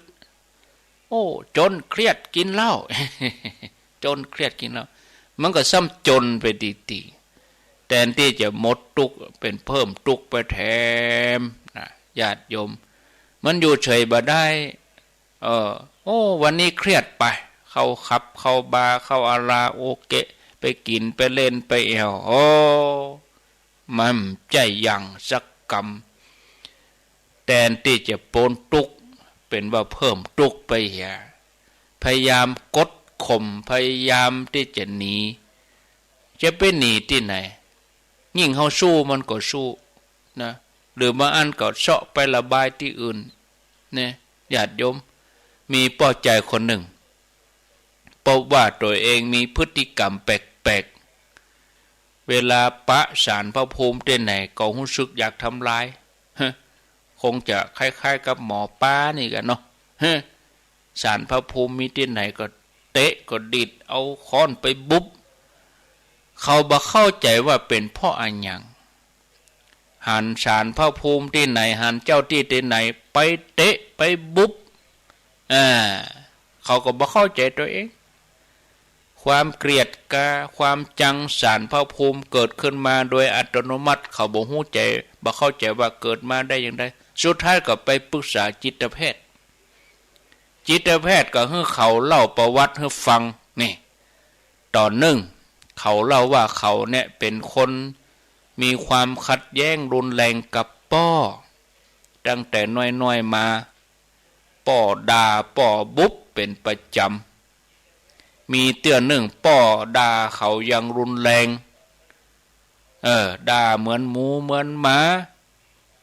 ดูเหมือนว่าจะลงไม้ลงมือตัวนะเขาก็เกลียดใครโต้ตอบใครตีป้อแต่ก็ห้ามใจไว้เหตุการณ์ครั้งนั้นก็ทำให้เขารู้สึกผิดเนี่ยพอรู้ว่ามันเป็นสิ่งที่ไม่สมควรคนดีเปิ้นบ่ทำกันคนดีนี่บ่ควรที่จะตอบโต้บุพการีผู้เป็นพ่อเป็นแม่ไปเกลียดไปจังไปทำร้ายป้อเขาก็ข่มความเกลียดความโกรธนั่นเอาไว้แล้วก็บ่ยอมรับตัวเองว่ามีความรู้สึกแบบนี้กับป้อปรากฏว่าความเกลียดความโกรธป้อนี่บ่ได้หายไปไหนมันถูกกดอยู่ในจิตใต้สำนึกแล้วก็ไประบายที่ศาลพระภูมิศาลพระภูมิบอกฮู้เรื่องฮู้ราวอะไรอย่างเงี้ยเพราะศาลพระภูมินี่จิตดวงนั้นเขาก็เกิดว่าเหมือนตัวแทนของป้อคือเป็นที่เคารพ ดูแล้วมีอำนาจเมื่อเขาโคดขึ้นมาเมื่อใดทำร้ายป้อบ่ได้ก็เลยไปทำลายศาลพระภูมินี่ญาติโยมกรณีนี้ก็แก้ได้โดยการที่เจ้าตัวยอมรับว่ามีความเกลียดความโกรธป้อบ่ปฏิเสธบ่พักใส่แล้วก็บ่ต้องไปกดข่มความรู้สึกอย่างที่ว่ามาเพียงแต่ยอมรับแล้วก็ดูมันเฉยๆตัวอี้หันมันเฉยมันก็บ่ต้องไปใส่ใจสนใจมันเกิดขึ้นมาก็ปล่อยมันไปบ่ต้องทำอะไรอย่างกับมันก็จะเพราะว่าในที่สุดมันก็จะดับไปเองนะเหมือนเคยยกตัวอย่างญาติโยมเขาฟังละอ่อนที่เขาเล่นเขายังปล่อยเขาเล่นไปจะโล่นจะเตี้ยวก็เดียวอ่อนแล้วมันรับละตอนเมื่อไงอย่าเล่นหายไปพ่องตามใบเต้นวิดแกเดียวกำลังหมดรับเย็นลงตรงกันข้ามนะถ้าเฮาหันเขาเล่นเขายังไปอุ้มมาดิดนะละอ่อนนี่ดิดปึ้นเพื่อนให้ไวเนอะดีบ่ดีก็ลังควานไปติ๊กสิ่งที่จิตแพทย์เปิ้นแนะนำนั่นก็คือให้มีสตินี่เหมือนตาในวะญาติโยมเปิ้นว่าอันนะอย่าฮือฮู้ว่าอันหยังเกิดขึ้นในใจแต่ทำอันหยังบ่ได้นะเฮาก็บ่ต้องสนใจถึงแม้มันจะเป็นความคิดที่วิเศษมีเสน่ห์เฮาก็บ่สนใจบ่ห่อมกกับมันเพียงแต่หันมันก็พอนะในทำนองเดียวกันมันจะเป็นความคิดที่รังเกียจเท่าใดก็เพียงแต่หูเฉยๆเนี่ยหลายคนนี่บอกกองเจริญสตินักเข้าก็จะปะความคิดอารมณ์โขดความหันแก่ตัวความอาฆาตพยาบาทบอกกองมันเกิดความรู้สึกผิดความรู้สึกแย่ว่าเฮาเนี่ยอย่างมีความคิดอย่างนี้ยอมรับบ่ได้บางทีก็พยายามกดข่มอารมณ์หมู่นี้ไว้ที่จริงมันเป็นเรื่องธรรมดานะที่อารมณ์แบบนี้จะเกิดขึ้นกับเฮานะทุกคนเพราะว่าเฮาเป็นปุถุชนหรอกถ้าเฮาจะพอแถมแง่หนึ่งมันก็เป็นอุบายของกิเลสที่มันใครมาหลอกล่อของเฮาน่ะไปพัวพันกับมันคืนเฮาทำอย่างนั้นก็เจ้าก็ว่าเฮาไปหลงกลเฮาไปร่วมแสดงตัวเจอแบบนี้เฮาก็ต้องเฉยบ่ต้องสนใจก็พอแล้วมีหลายคนเนี่ยญาติโยมมาปรึกษาหารือตุกอกตุกใจได้ยินข่าวเกี่ยวกับวงการพระเหลืองได้ยินข่าวเกี่ยวกับวัดวาอย่างนั้นอย่างนี้ยิ่งใกล้เทศกาลเข้าพรรษาญาติโยมช่วงอาทิตย์เนี่ยต้องระมัดระวังจิตของเฮาจะมีข่าวลังต่างๆมาขย่มใจลักถึงแม้จะปักเลิกเท่าใดคนนั้นมาก็ยุคนนั้นมาก็ยุเมินไปลักนั้นก็หวั่นไหวสุดท้ายก็เคว้งคว้างในที่สุดก็ลกออกไปได้ใจเจ้าพุทธเฮานี่จะต้องมั่นคงต้องปักมันแน่วแน่คนบางท่านก็มาอู้จ่าว่าประเด็นนี้ตุกใจท่านเลยจะได้ยินคำอู้จ้วงจับพระศาสนาจ้วงจับรัตนตรัยดังขึ้นมาในใจบางทีก็คำอู้ที่มันมาเฮาใครด่าใครว่าอย่างรุนแรงเกิดขึ้นในใจบางคนกำลังสวดมนต์อยู่สักกรรมก็มีเสียงตำหนิเสียงปรามาสดูถูกพุทธธรรมประสงค์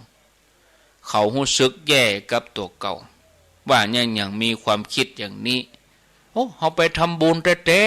ๆเฮานุ่งขาวอยู่แท้ๆจิตดวงนี้ทำไมเฮาถึงชอบ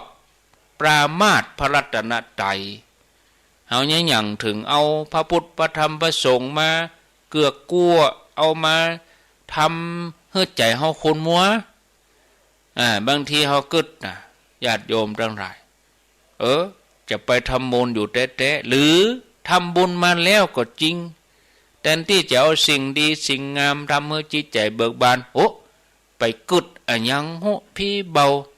ทำให้ตัวเก่ากึดไปจังบดีในที่สุดก็มุดไปติกๆนะญาติโยมบางคนกึดชั่วกึดให้พยายามกดข่มตัวใดก็บ่สำเร็จก็แนะนำว่าบ่ต้องไปทำอะไรอย่างกับความคิดหรือว่าเสียงแว่วที่เข้ามาเพียงแต่รู้ว่ามันมีก็พอบ่ต้องไปสนใจกับมันแล้วบ่ต้องพยายามไปเปลี่ยนแปลงคนอื่นอย่าไปทำอะไรอย่างกับมันนะคนที่เปิ้นมีปัญหาแบบนี้เนี่ยญาติโยมเปิ้นจะเกิดว่ามีกับตัวเองเท่าอันนะก็ลำบากอย่างนี้ก็เลยรู้สึกว่าตัวเองบ่ดีแต่ที่จริงมันก็มีกับคนอื่นนักอยู่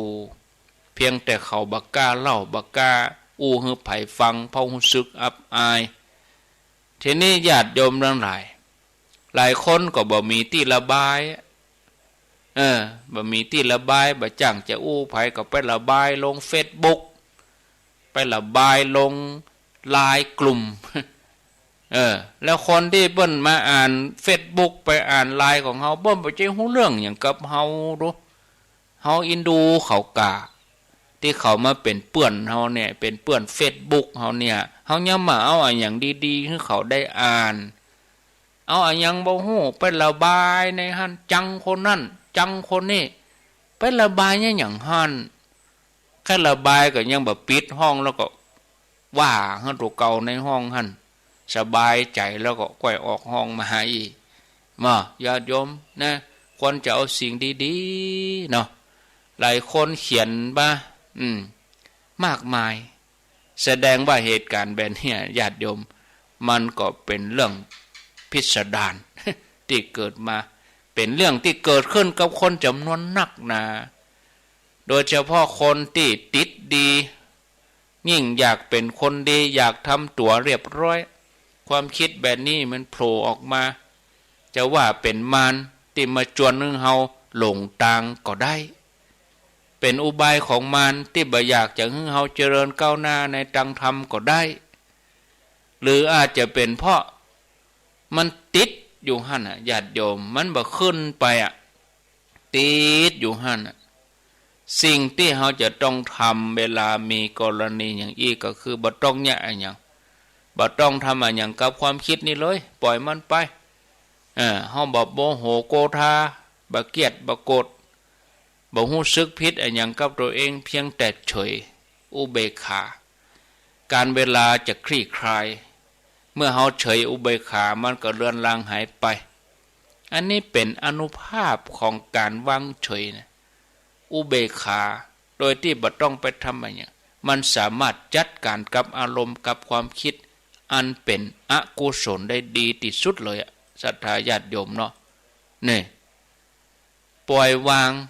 แต่บ่ใจวางเฉยนะญาติโยมเล่าเรื่องให้ฟังเจ้าวันหนึ่งนายกอ่านคำสอนในต่างพุทธศาสนามีคำสอนคำหนึ่งว่าสิ่งทั้งหลายทั้งปวงบ่ควรยึดมั่นถือมั่นบ่ควรยึดถือว่าเป็นตัวตนของเฮาคำสอนนี่ก็มีอยู่ที่หน้าหิ้งพระเมื่ออ่านแล้วก็รู้สึกปล่อยวางเบาสบายก่อนออกจากบ้านนายกนี่ก็ไปเปี่ยขยะไปขว้างแล้วสังเกตว่าซอยข้างบ้านเต็มไปด้วยขยะที่คนในชุมชนเอามากองรวมกันเอามาขว้างตัดนี่ตกแมลงมาฝนตกน้ำก็เซาะขยะแจ่ขยะเหม็นทั่วบริเวณนายกหันเหตุการณ์ครั้งนี้แล้วก็หันครั้งแล้วครั้งเล่ามาได้ก็เป็นอย่างนี้ที่อื่นเขาก็บอกไปขว้างที่คืนเขาก็บอกไปรวมกันเอามากองแม่บ้านเฮานี่นายกนี่ก็ตุกใจเกิดความรำคาญในสภาพแวดล้อมกลิ่นขยะขณะเดียวกันนายกก็เกิดว่าความทุกข์เกิดขึ้นเมื่อเฮาแบบปล่อยวางแล้วเฮาไปยึดมั่นถือมั่นเนี่ยญาติโยมทั้งหลาย เกิดแต่อีกก็สบายใจขยะนั้นก็บ่ใจของคนอื่นหรอกของตัวเก่าก็มีรู้เกิดแต่อีกก็สบายใจไปนี่ศรัทธาญาติโยมมีครูมีอาจารย์เปิ้นสอนวิชาพุทธศาสนาแล้วเปิ้นก็ออกข้อสอบวิชาพุทธศาสนาข้อหนึ่งมีข้อความอย่างที่ว่ามาเนี่ยถามนักศึกษาว่าหันตัวกับความคิดกับการกระทำของนายกก็เป็นการตีความถูกต้องก็ตรงตามหลักพระไตรปิฎกตามคัมภีร์ก็ปรากฏว่านักเรียนนักศึกษา180หันตัวที่นายกมีความหันว่าความทุกข์เกิดขึ้นเมื่อเฮาบ่ฮู้จักปล่อยวางแล้วเฮายึดมั่นถือมั่นนักเรียนนักศึกษาทั้งหมดตอบ 80% นะหมายความว่า100คนหันด้วยกับความคิดของนายกการที่นักเรียนนักศึกษาเกือบทั้งหมดหันด้วยกับพฤติกรรมของนายกแสดงว่าชัดเจนแล้วว่าความคิดของนักศึกษาคำสอนพุทธศาสนาเนี่ยเป็นเรื่องของการทำจิตฉะนั้นเมื่อมีปัญหาอย่างสิ่งเดียวที่ทำได้นั่นคือการทำใจปล่อยวางญาติโยมความคิดไม่ใช่ว่าปล่อยวางคือแบบได้ลงมืออย่างเนี้ยอย่างเลยนะคือปล่อยวางนั่นคือเป็นทางป่ายปุ้นนะคือเขากระบวนการนั้นมันทำมันนักแล้วนะไม่ใช่ว่าเริ่มต้นก็ปล่อยวางเลยบัดใจนะต้องพยายามแก้ปัญหาต้องพยายามทุกอย่างทุกวิถีทางแล้วอย่างบางคนเนี่ยตุกใจกับลูกมันลึกมันลึงเขาก็ต้องพยายามใจพรหมวิหารเมตตาแล้วเมตตากรุณามุทิตา3อย่างทำมาอย่างเต็มที่แล้วเมื่อบ่ได้อย่างใจเขาก็ควรจะใจหลักข้อที่4นั่นคืออุเบกขาบ่ใช่ว่าเอาอุเบกขาขึ้นนำหน้าเนาะมีเรื่องเล่าอย่างเกิดขึ้นกับศาสนาอุเบกขาแล้วปัญหามันจะแก้ได้อย่างไร อันนี้บนห้องว่าคนบ่เอาอย่างสักอย่างเนี่ยโยมทั้งหลายคำว่าปล่อยวางนี่คือกระบวนการมันต้องทำมาอย่างหนักแล้วนี่เนาะญาติโยมความคิดเนี่ยมันสะท้อนถึงความเข้าใจที่มันคลาดเคลื่อนกับคำสอนในพุทธศาสนาไม่ใช่มีเพียงการนักศึกษากลุ่มที่ว่ามันเนี่ยนะญาติโยมที่จริงแล้วพุทธศาสนานี่เพิ่มก็ได้มุ่งเรื่องการทำจิตอย่างเดียวนะเปิ้นมุ่งเรื่องการทำกิจด้วยตัวอย่างหันได้ชัดเมื่อพระองค์ทรงเตือนให้ตระหนักถึงความบาดเตี้ยงของสังขารในด้านหนึ่งพระองค์ก็สอนให้ปล่อยวางนะดังพุทธพจน์ที่เฮาทั้งหลายรู้จักกันดีนั่นคือสังขารทั้งหลายบ่เที่ยงหนอมีความเกิดขึ้นความเสื่อมไปเป็นธรรมดาเกิดขึ้นแล้วย่อมดับไปมีแล้วหายไปความสงบวางแห่งสังขารทั้งหลายเป็นสุขแต่ในแห่งด้านหนึ่งพระองค์ก็สอนให้เมียให้หมั่นเพียรทำกิจตอนหนึ่งปรากฏในปัจฉิมโอวาทหรอสังขารทั้งหลายมีความเสื่อมไปเธอทั้งหลายจงบำเพ็ญกิจให้ถึงพร้อมด้วยความบ่ประมาทเถิดเปิ้นบ่ใช่ปล่อยวางแล้วบ่เนี่ยอย่างเห็นเลยลูกมันก็ไม่ใช่ว่าปล่อยวางแล้วบ่ทำอย่างอ่ะเฮาจะต้องทำความบ่ประมาทให้ถึงพร้อมเนี่ยบำเพ็ญกิจคำว่าบำเพ็ญกิจนั่นคืออย่างญาติโยมทั้งหลายคือหน้าที่ที่เฮาจะต้องทำปั่มเป่งบุญบารมีงานส่วนตัวเองงานส่วนรวมเองงานสังคมโดยพุทธพจน์ถึง2นี่ก็บ่ได้ขัดแย้งกันนะ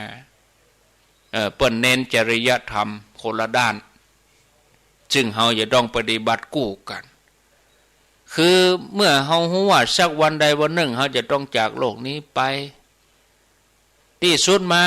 เฮาก็เอาหยังไปบ่ได้แม้แต่น้อยฉะนั้นเฮาจะต้องรู้จักปล่อยวางแล้วก็หาทางที่จะไปอย่างสงบขณะเดียวกันเฮาก็ควรจะเห่งทำความดีหมั่นทำหน้าที่ของตัวเองให้สำเร็จบ่เพิกเฉย แล้วเขาจะไปอย่างสบายบ่ต้องห่วงเนี่ยบ่ได้ปล่อยให้มันค้ำค้างคาเพราะบัดนี้เขาอาจจะไปในวันพรุ่งนี้ก็ได้ไปแน่จะได้เนาะการปล่อยวางนั่นเป็นเรื่องของการทำจิต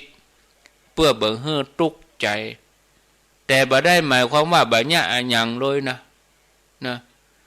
เมื่อคนที่เฮาฮักจากไปเฮาบ่สามารถทำให้เขาฟื้นมาได้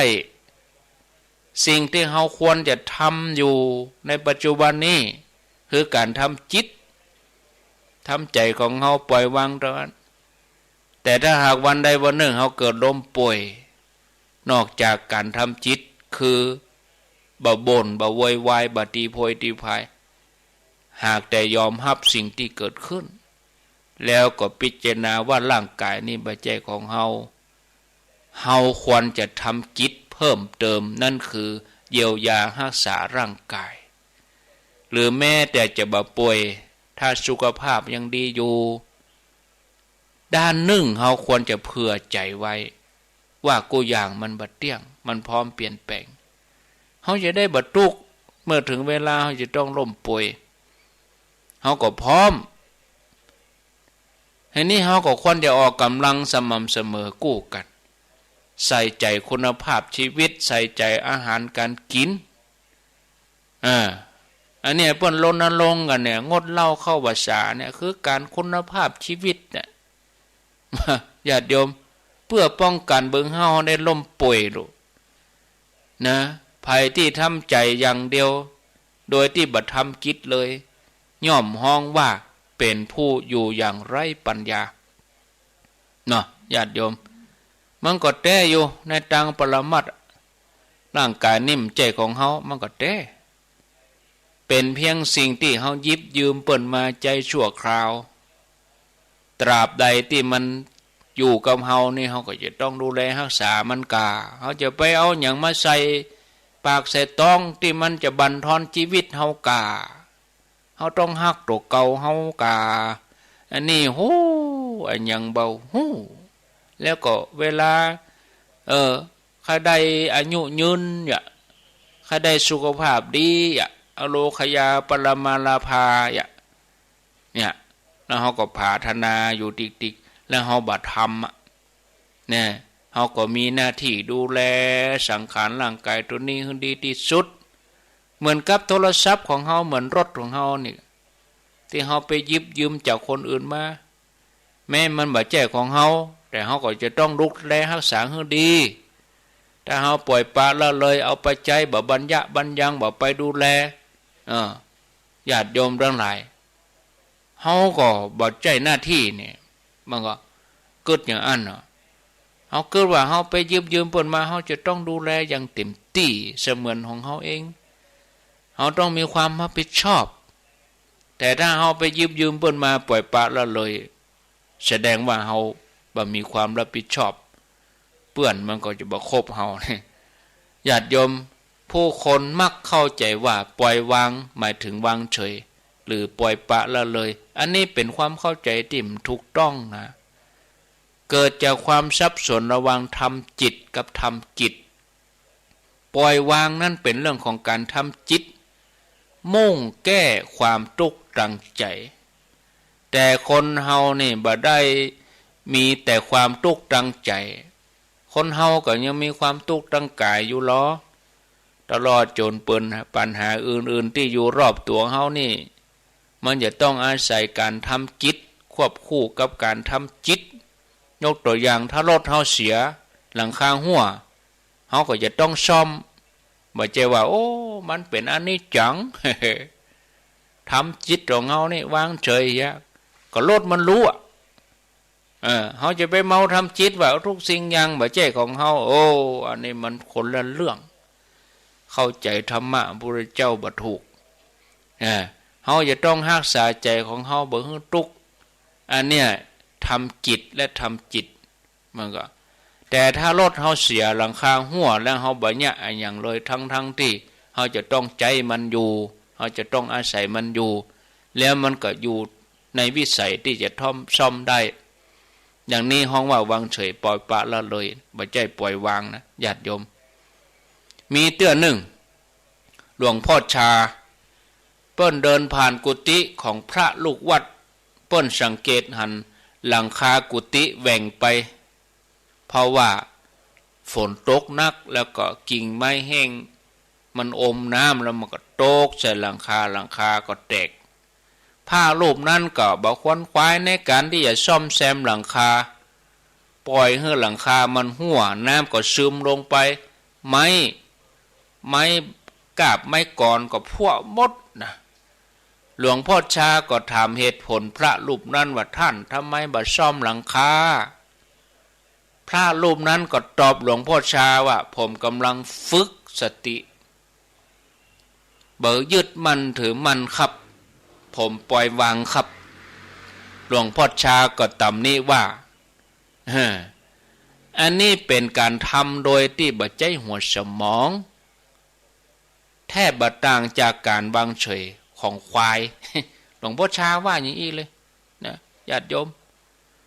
ปล่อยวางนี่เป็นเรื่องของการทำจิตเพราะเข้าใจความจริงของชีวิตว่าบ่เที่ยงเป็นทุกข์บ่ใจตัวตนเป็นอนัตตาบังคับบัญชาบ่ได้อันนี้จัดว่าเป็นวิธีแห่งปัญญาส่วนการวางเฉยปล่อยปะละเลยนี่มันเป็นความบกพร่องต่อหน้าที่เนาะบ่เข้าใจว่าอย่างควรทำอย่างบ่ควรทำเวลามีเรื่องเล่าอย่างเกิดขึ้นมาในพระพุทธศาสนาหน่อยวางเฉบัดทำหน้าที่เมาก็ทำจิตอันนี้ก็บ่ใจวิธีแห่งปัญญานะญาติโยมฉะนั้นเมื่อนายกพบว่าซอยข้างบ้านเนี่ยเต็มไปด้วยขยะส่งกลิ่นเหม็นตัวเองก็รู้สึกรำคาญทุกข์ใจคนทั้งหลายก็เอาขยะมากองนี่อยู่ติ๊กการที่นายกทำใจปล่อยวางยังมีสติหันความรู้สึกรำคาญแล้วก็ปล่อยวางบ่ยึดมั่นถือมั่นเกิดกับตัวเก่ารำคาญขึ้นมาย่อมช่วยให้ความทุกข์ใจบรรเทาไปได้แต่ทำเพียงเต้าอันบ่พอควรจะเข้ามาแก้ปัญหาอย่างถูกต้องถ้าว่าปล่อยปละละเลยก็อันตรายสุขภาพบ่ใช่กล้าตัวเก่าแม้แต่คนฮักของเฮาคนอื่นแถมเนาะแม้จะเบาห่วงตัวเองก็ควรจะสำนึกในหน้าที่ต่อส่วนรวมเฮาต้องสำนึกในหน้าที่ส่วนรวมอันเป็นวิสัยของเจ้าพุทธฉะนั้นเฮาควรจะทำจิตนั่นคือพยายามลดขยะช่วยกันรณรงค์หรือบ้านก็แจ้งเจ้าหน้าที่ให้เพิ่นมาเก็บหรือบ้านก็จวนคนทั้งหลายช่วยกันย้ายขยะไปกองที่มันไกลหูไกลตาอันที่จริงทำได้นะมันก็ญาติโยมถ้าว่าเขาทำใจปล่อยวางอย่างเดียวก็บ่ควรเอาขยะของตัวเองไปทิ้งตรงนั้นควรทนอยู่กับขยะที่มันเหม็น ถ้าทนกินเหม็นของขยะในบ้านตัวเองบ่ได้แต่วางเฉยต่อขยะที่มันกองนอกบ้านแสดงว่าบ่ได้ปล่อยวางแต่เป็นการปล่อยปละละเลยปัญหาก็เลยเกิดขึ้นในสังคมมากมายญาติโยมทั้งหลายหมู่เฮาทั้งหลายเจ้าพุทธถึงวันนี้จำนวนบ่น้อยสนใจแต่การทำจิตแต่บ่ได้ทำจิตมันก็เลยเกิดปัญหาอย่างทำงานในหน่วยงานองค์กรมีปัญหากับเพื่อนร่วมงานก็ทำใจอย่างเดียวแต่บ่คิดจะไปแก้ปัญหาไปปรับความเข้าใจปัญหาก็เลยมักหมมแล้วก็ลุกลามจนทำใจบ่ไหวในที่สุดก็ระเบิดออกมาเป็นวจีกรรมมโนกรรมบ่ใช่แต่ปัญหาส่วนตัวต่ออันที่ลุกลามปัญหาส่วนรวมก็กำลังพอกพูนขึ้นมาภาวะอาชญากรรมความบ่เป็นธรรมแต่ว่าก็ว่าแต่เจ้าข่าวเชียงใหม่เฮาเนี่ยบอกกองเพิ่นเปิดเฮือเอวเฮือหยังอาบอบนวดโอ้คนเฒ่าอายุ80ปลาย ไปวูบที่อาบอบนวดว่าปดโถ80ปลายนี่นะ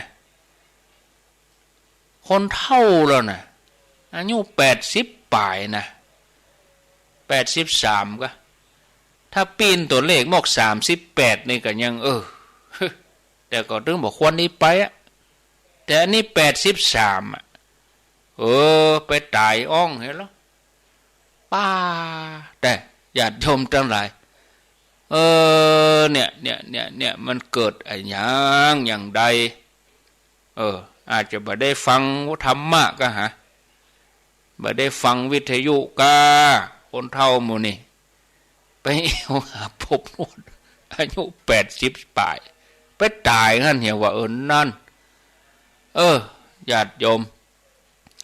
อันเนี้ยเฮาก็มัวแต่ทำแต่จิตเฮาบ่ทำจิตของตัวเองคือหน้าที่ตัวเองคือหยังเฮาบ่สำรวจนี่บ่สำรวจหน้าที่นะมันก็เลยปรากฏขึ้นมาถ้าเป็นกรรมบ้านกรรมเมืองเฮาก็ผีบาปบ่ป้องอันนี้ไปตายที่อาบอบนวดปุ่นเสียก็เป็นข่าวไปเลยเชียงใหม่เฮาเนี่ยนะ ถึงจะมีข่าวออกคือพังเอาละพอสมควรแก่เวลาญาติโยมทั้งหลายมาก็เดี๋ยวก็จะคนเดียวหมะญาติโยมจะโทรมาแสดงความคิดความหันจะจะจาก็ขอเจริญปอนโทรเข้ามาฟังแล้วเป็นอย่างใดวันนี้2 ชั่วโมงเกือบ2 ชั่วโมง0998366322พอจะดีเข้าวัดสาละเฮ้ยยังมาเกิดข่าวอย่างอี้มาหะมะยังใหม่เนี่ยจะเข้าวัดสาแล้วก็มาพอเวลาก็คือแต่คืนเนี่ยแต่คืนฉันเป็นวันศีลเห็นแล้วนั่น เจริญพรไหว้สาเจ้าหลวงพระครูว่าจะได้โลกมันเป็นโลกกำใส่ปากนะพี่ศิลาเลี้ยลังแล้วก็ถุงลมปุ่งทองเนี่ยมันเป็นโลกกำใส่ปากกำใส่ปากคนเดียวเนาะกำใส่มาหลายปีแล้วกันมันถึงได้มาเป็นน่ะนะปากกดถึงหันเลยเป็นตอนแก่ตอนเฒ่าเนี่ยเสียสุขภาพหมดไปได้หันบ้านเมืองไปได้หันความรุ่งเรืองลูกหลานเนาะก็ได้คุณหนูมาอิดกับแมวอย่างนั้นนะจ๊ะถุงลมปุ่งทองก็อันน่ะอีลุงนี่ก็ตายสมศักดิ์ศรีด้วยแบบบอก83แล้วล่ะตายบนเวทีป้อมอายลูกหลานนี่อายมึงกึดใจหวานด้วยจ้ะไปอย่าไปยินดีฮะนอตายสมศักดิ์ศรีแท้ก็กินนี่นะเจ้าไว้สาเจ้าอย่างนักมวยนี่เนาะจะขึ้นเวทีแล้วเสียแซมคากาจังเจริญพรไหว้สาเจ้าท่านพระครูว่าจะได้แม่ไข่แก้วบอกสร้างเจ้าแม่ไข่แก้วฟังแต่กูมันให้ลืมกะมันให้ลืมมาโยมกะมันได้ว่าอย่าง18อยู่ฟังเพลงนักลำไปเนี่ยเรียกพี่ยังไหวเพิ่งท่านว่าเนี่ยถ้าไม่ได้เข้าวัดเข้าว่าไม่ได้ฟังธรรมโอ้เนาะเหตุเกิดอยู่เหตุเกิดขึ้นวันที่6ว่ะนั้นมันศีลรู้เนี่ยแต่วันสำคัญเต็มด้วยเนาะพอดีเข้าวัดสาแล้วปอุ้ยไม่อุ้ยเฮ้ยฟังอยู่นะเจ้าอัน104เจ้าแล้วก็มาเจ้าบอกฟังอยู่นะแล้วมันโทรประจานเปิดยินดีเนอเจ้าดีมีสุขเจริญพร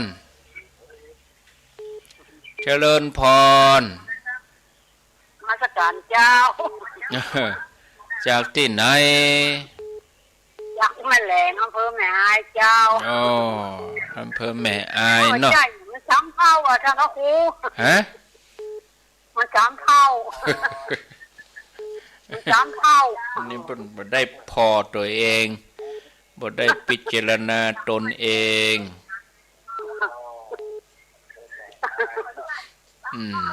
เอาว่าอย่างต่อจะว่าอย่างต่อจะไปมาค่อยหัวกะโทรมาค่อยหัวอย่างนี้ไอ้เขียดแจ้ท่านพระครูก็ดีเลยกะได้ยินข่าวล่ะฮะมันบอกฟังธรรมมันพอกับเพลงมันพอได้วีตุ้มได้หันข่าวล่ะแม่ได้หันข่าวแล้วกะมันเมาพอทีวีตุ้มนะนั่นก็บ่ฮู้นะนั่นก็บ่ฮู้ก็เปิ้นนั่นโมทนาเนอเอาลายต่อไปเจริญพรไหว้จ่าเจ้าจากดังใดจากบวกค้างเจ้าอ๋อ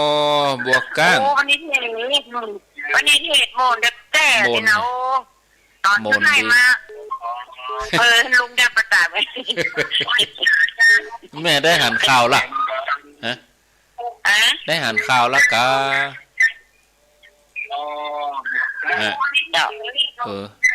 แม่ปิดวิทยุเหรอกะปิดวิทยุเหรอลุเปิดฟังโทรศัพท์นี่แล้วได้หันข่าวแล้วกะยังไม่ได้หันข่าวเดี๋ยววันสองวันนี่ออกละผูกนี่ออกละแต่เจ้าเนี่ยข่าวออกแต่เจ้าเนี่ยยังใหม่เขาเนี่ยกลางเวียงวันนี้เทศเด็ดแต่วันนี้กลางเวียงเจียงใหม่อีวะนอนจ้านี่นอไว้ตาเจ้าทุกเจริญพรคุณธรรมมันก็บ่อยู่ไกลนะ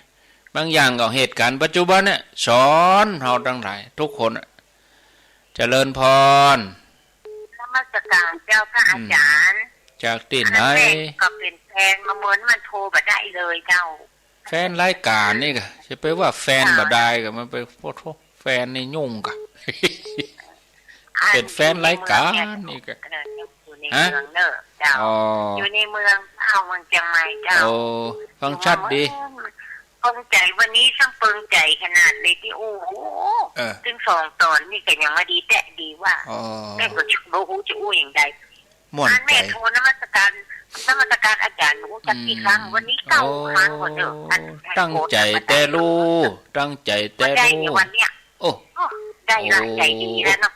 เอาละเจ้าพระอาจารย์เจ้าขอบคุณเนอะโอ้เจ้าเหมือนจะเป็นอยู่มาเมินฟังเหตุผลตอนนี้จับใจแท้ๆเจ้าวันพวกก็มาฟังกันแถมนะเนาะเจ้านมัสการเจ้าแถมเพิ่นอยู่ในเวียงเป็นแฟนรายการมาเมินว่าก็ขอบคุณเนอะขอบคุณตัวพวกก็มาปะกันเจริญพรจ้าข้าพเจ้าจ้าท่านพระคุณเจ้าแม่สรินทิพย์บุญเลิศจ้าฟังอยู่เจ้าได้ยินชัดดีเนาะแม่เนาะจ้าชัดเจนดีเจ้าถึงจังแรงนะ Facebook กะแม่ฟัง Facebook กะจ้าปีนี้นี่ของร้านอาจารย์แล้วมันรู้ใจแม่เลยต้องย้ายมาเปิดกัน104จ้ะอ๋อแต่ที่หออาจารย์มันรู้ใจย้ายมาฟังของ104จ้ะอากาศเซาะเอาไหลเซาะเอาเนอะจ้านะบ่จ้าหออาจารย์มันจะรู้บ่อยอ่ะจ้ะแม่นน่ะเน็ตมันไม่ค่อยดีมา104ต่ออ่ะจ้ะดีแล้วค่ะจ้าครับปีนี้เพิ่นจะเข้าปริวาสอยู่เนอะก็แจ้งญาติโยมเขาที่วัดม่อนฤาษี12 ถึง 22 ธันวาเพิ่นจะมีปริวาสอยู่ในปีนี้ที่วัดม่อนฤาษีงานปริวาสเว้นมา3 ปีเนาะ0998366322เจริญพรครับวิชาครับท่านพระครูครับโทษจากดังใดปวินสันกิเลสครับปวินแหละครับฟังสถานีไหนที่มัน 104ครับ104ฝ่ายหินกะครับโอ้ได้ยินทีเนาะชัดเจนจะดีแล้วโอ้ดีละน่าบุญเนาะครับโชคดีเด้อครับกำลังใจด้วยท่านเด้อยินดีอันนี้อยู่เวียงกะหลงพุ่นเวียงปะเป้าฟัง104ฝ่ายหินเจริญพรคำนี้ราชการเจ้าอ้าวอันนี้สีโพธารามนะเจ้าสีโพธารามเจ้าแม่คือแก้คำวนเจ้าโอ้เมืองฝางพุ่นน่ะเนาะอ่ะยังเลิศเนี่ยเจ้าเฮ้ชาลปีกะเจ้าอ๋อชาลปีนั่นเจ้าฮะมันนึกว่ามัน15 16เนี่ยเนาะใจนุ่มอยู่กะไปตายไปตายคำหั่นป้าก็ไปฟังเทศฟังธรรมกันแล้วอ่ะไปพรเจ้าหน้าที่เปิ้นปั๊มหัวใจนะโอ้ฟื้นสักกรรมน่าลูกหลานพี่อะไรไม่เปิดน่ะแล้วนั่นอันข่าวที่พูดยังบอกเตี้ยออกเตี้ยเดี๋ยวออกแน่ข่าวนี้พูดแน่ท่านอันได้ยินท่านโอ้แล้วแม่ให้หัวเดี๋ยวออกละเจ้าสาธุเนาะ45นั่นนะเจ้าโอ้ใจยังแลเจ้าเปิดเนาะน่ะสาธุเจริญพรกับพี่สาเจ้าท่านพระคุณเจ้าข้าพี่ทำดีด้วยจำเลยฟังถึง2ช่วงเวลาเนาะเจ้าดีแล้วค่ะฟังถึง2ช่วงชัดลูกหลานได้ฟังด้วยเจ้าดีแล้วฟังจากสถานีไหนคลื่นยังฟังสถานีฟังเทศเจ้าพะเยามั่งมีเนาะอยู่พะเยาฟังอินเทอร์เน็ตเนาะเจ้าอินเทอร์เน็ตยินดีเนอะเจ้าสาธุอินเทอร์เน็ตเปิ้นอยู่พะเยาเปิ้นพะเยาเปิ้นก็ฟังเอาเหลือเวลาแถม 2-3 นาทีกันเดียวจะได้ลารายการแล้วก็วันพุกแมลงก็มาปะกันแถมมันฮือนิ่มได้อยู่เนอะวันที่9ที่10จะไปแม่ห้องสอนไปแจกพระพี่น้องเจ้าเขา300องค์แล้ววันที่17นี่ไปจะไปตานเตียนด้วยกันก็เจริญปอนเนอจนจวนเนอที่เมืองแป่นะวันที่17กรกฎาคมซึ่งเป็นวันอาทิตย์นะ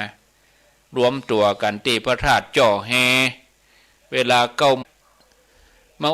มาตองพอแล้วก็น้ำมันกับแป้งบนพวกลง3 บาทเฉพาะเบนซินนะแต่ดีเซลเท่าเขาเบนซินนี่ลง3 บาทวันพุกนะ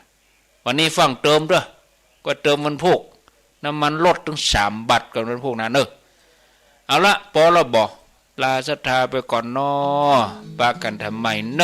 วันพุกอายุวันโนสุขังพลัง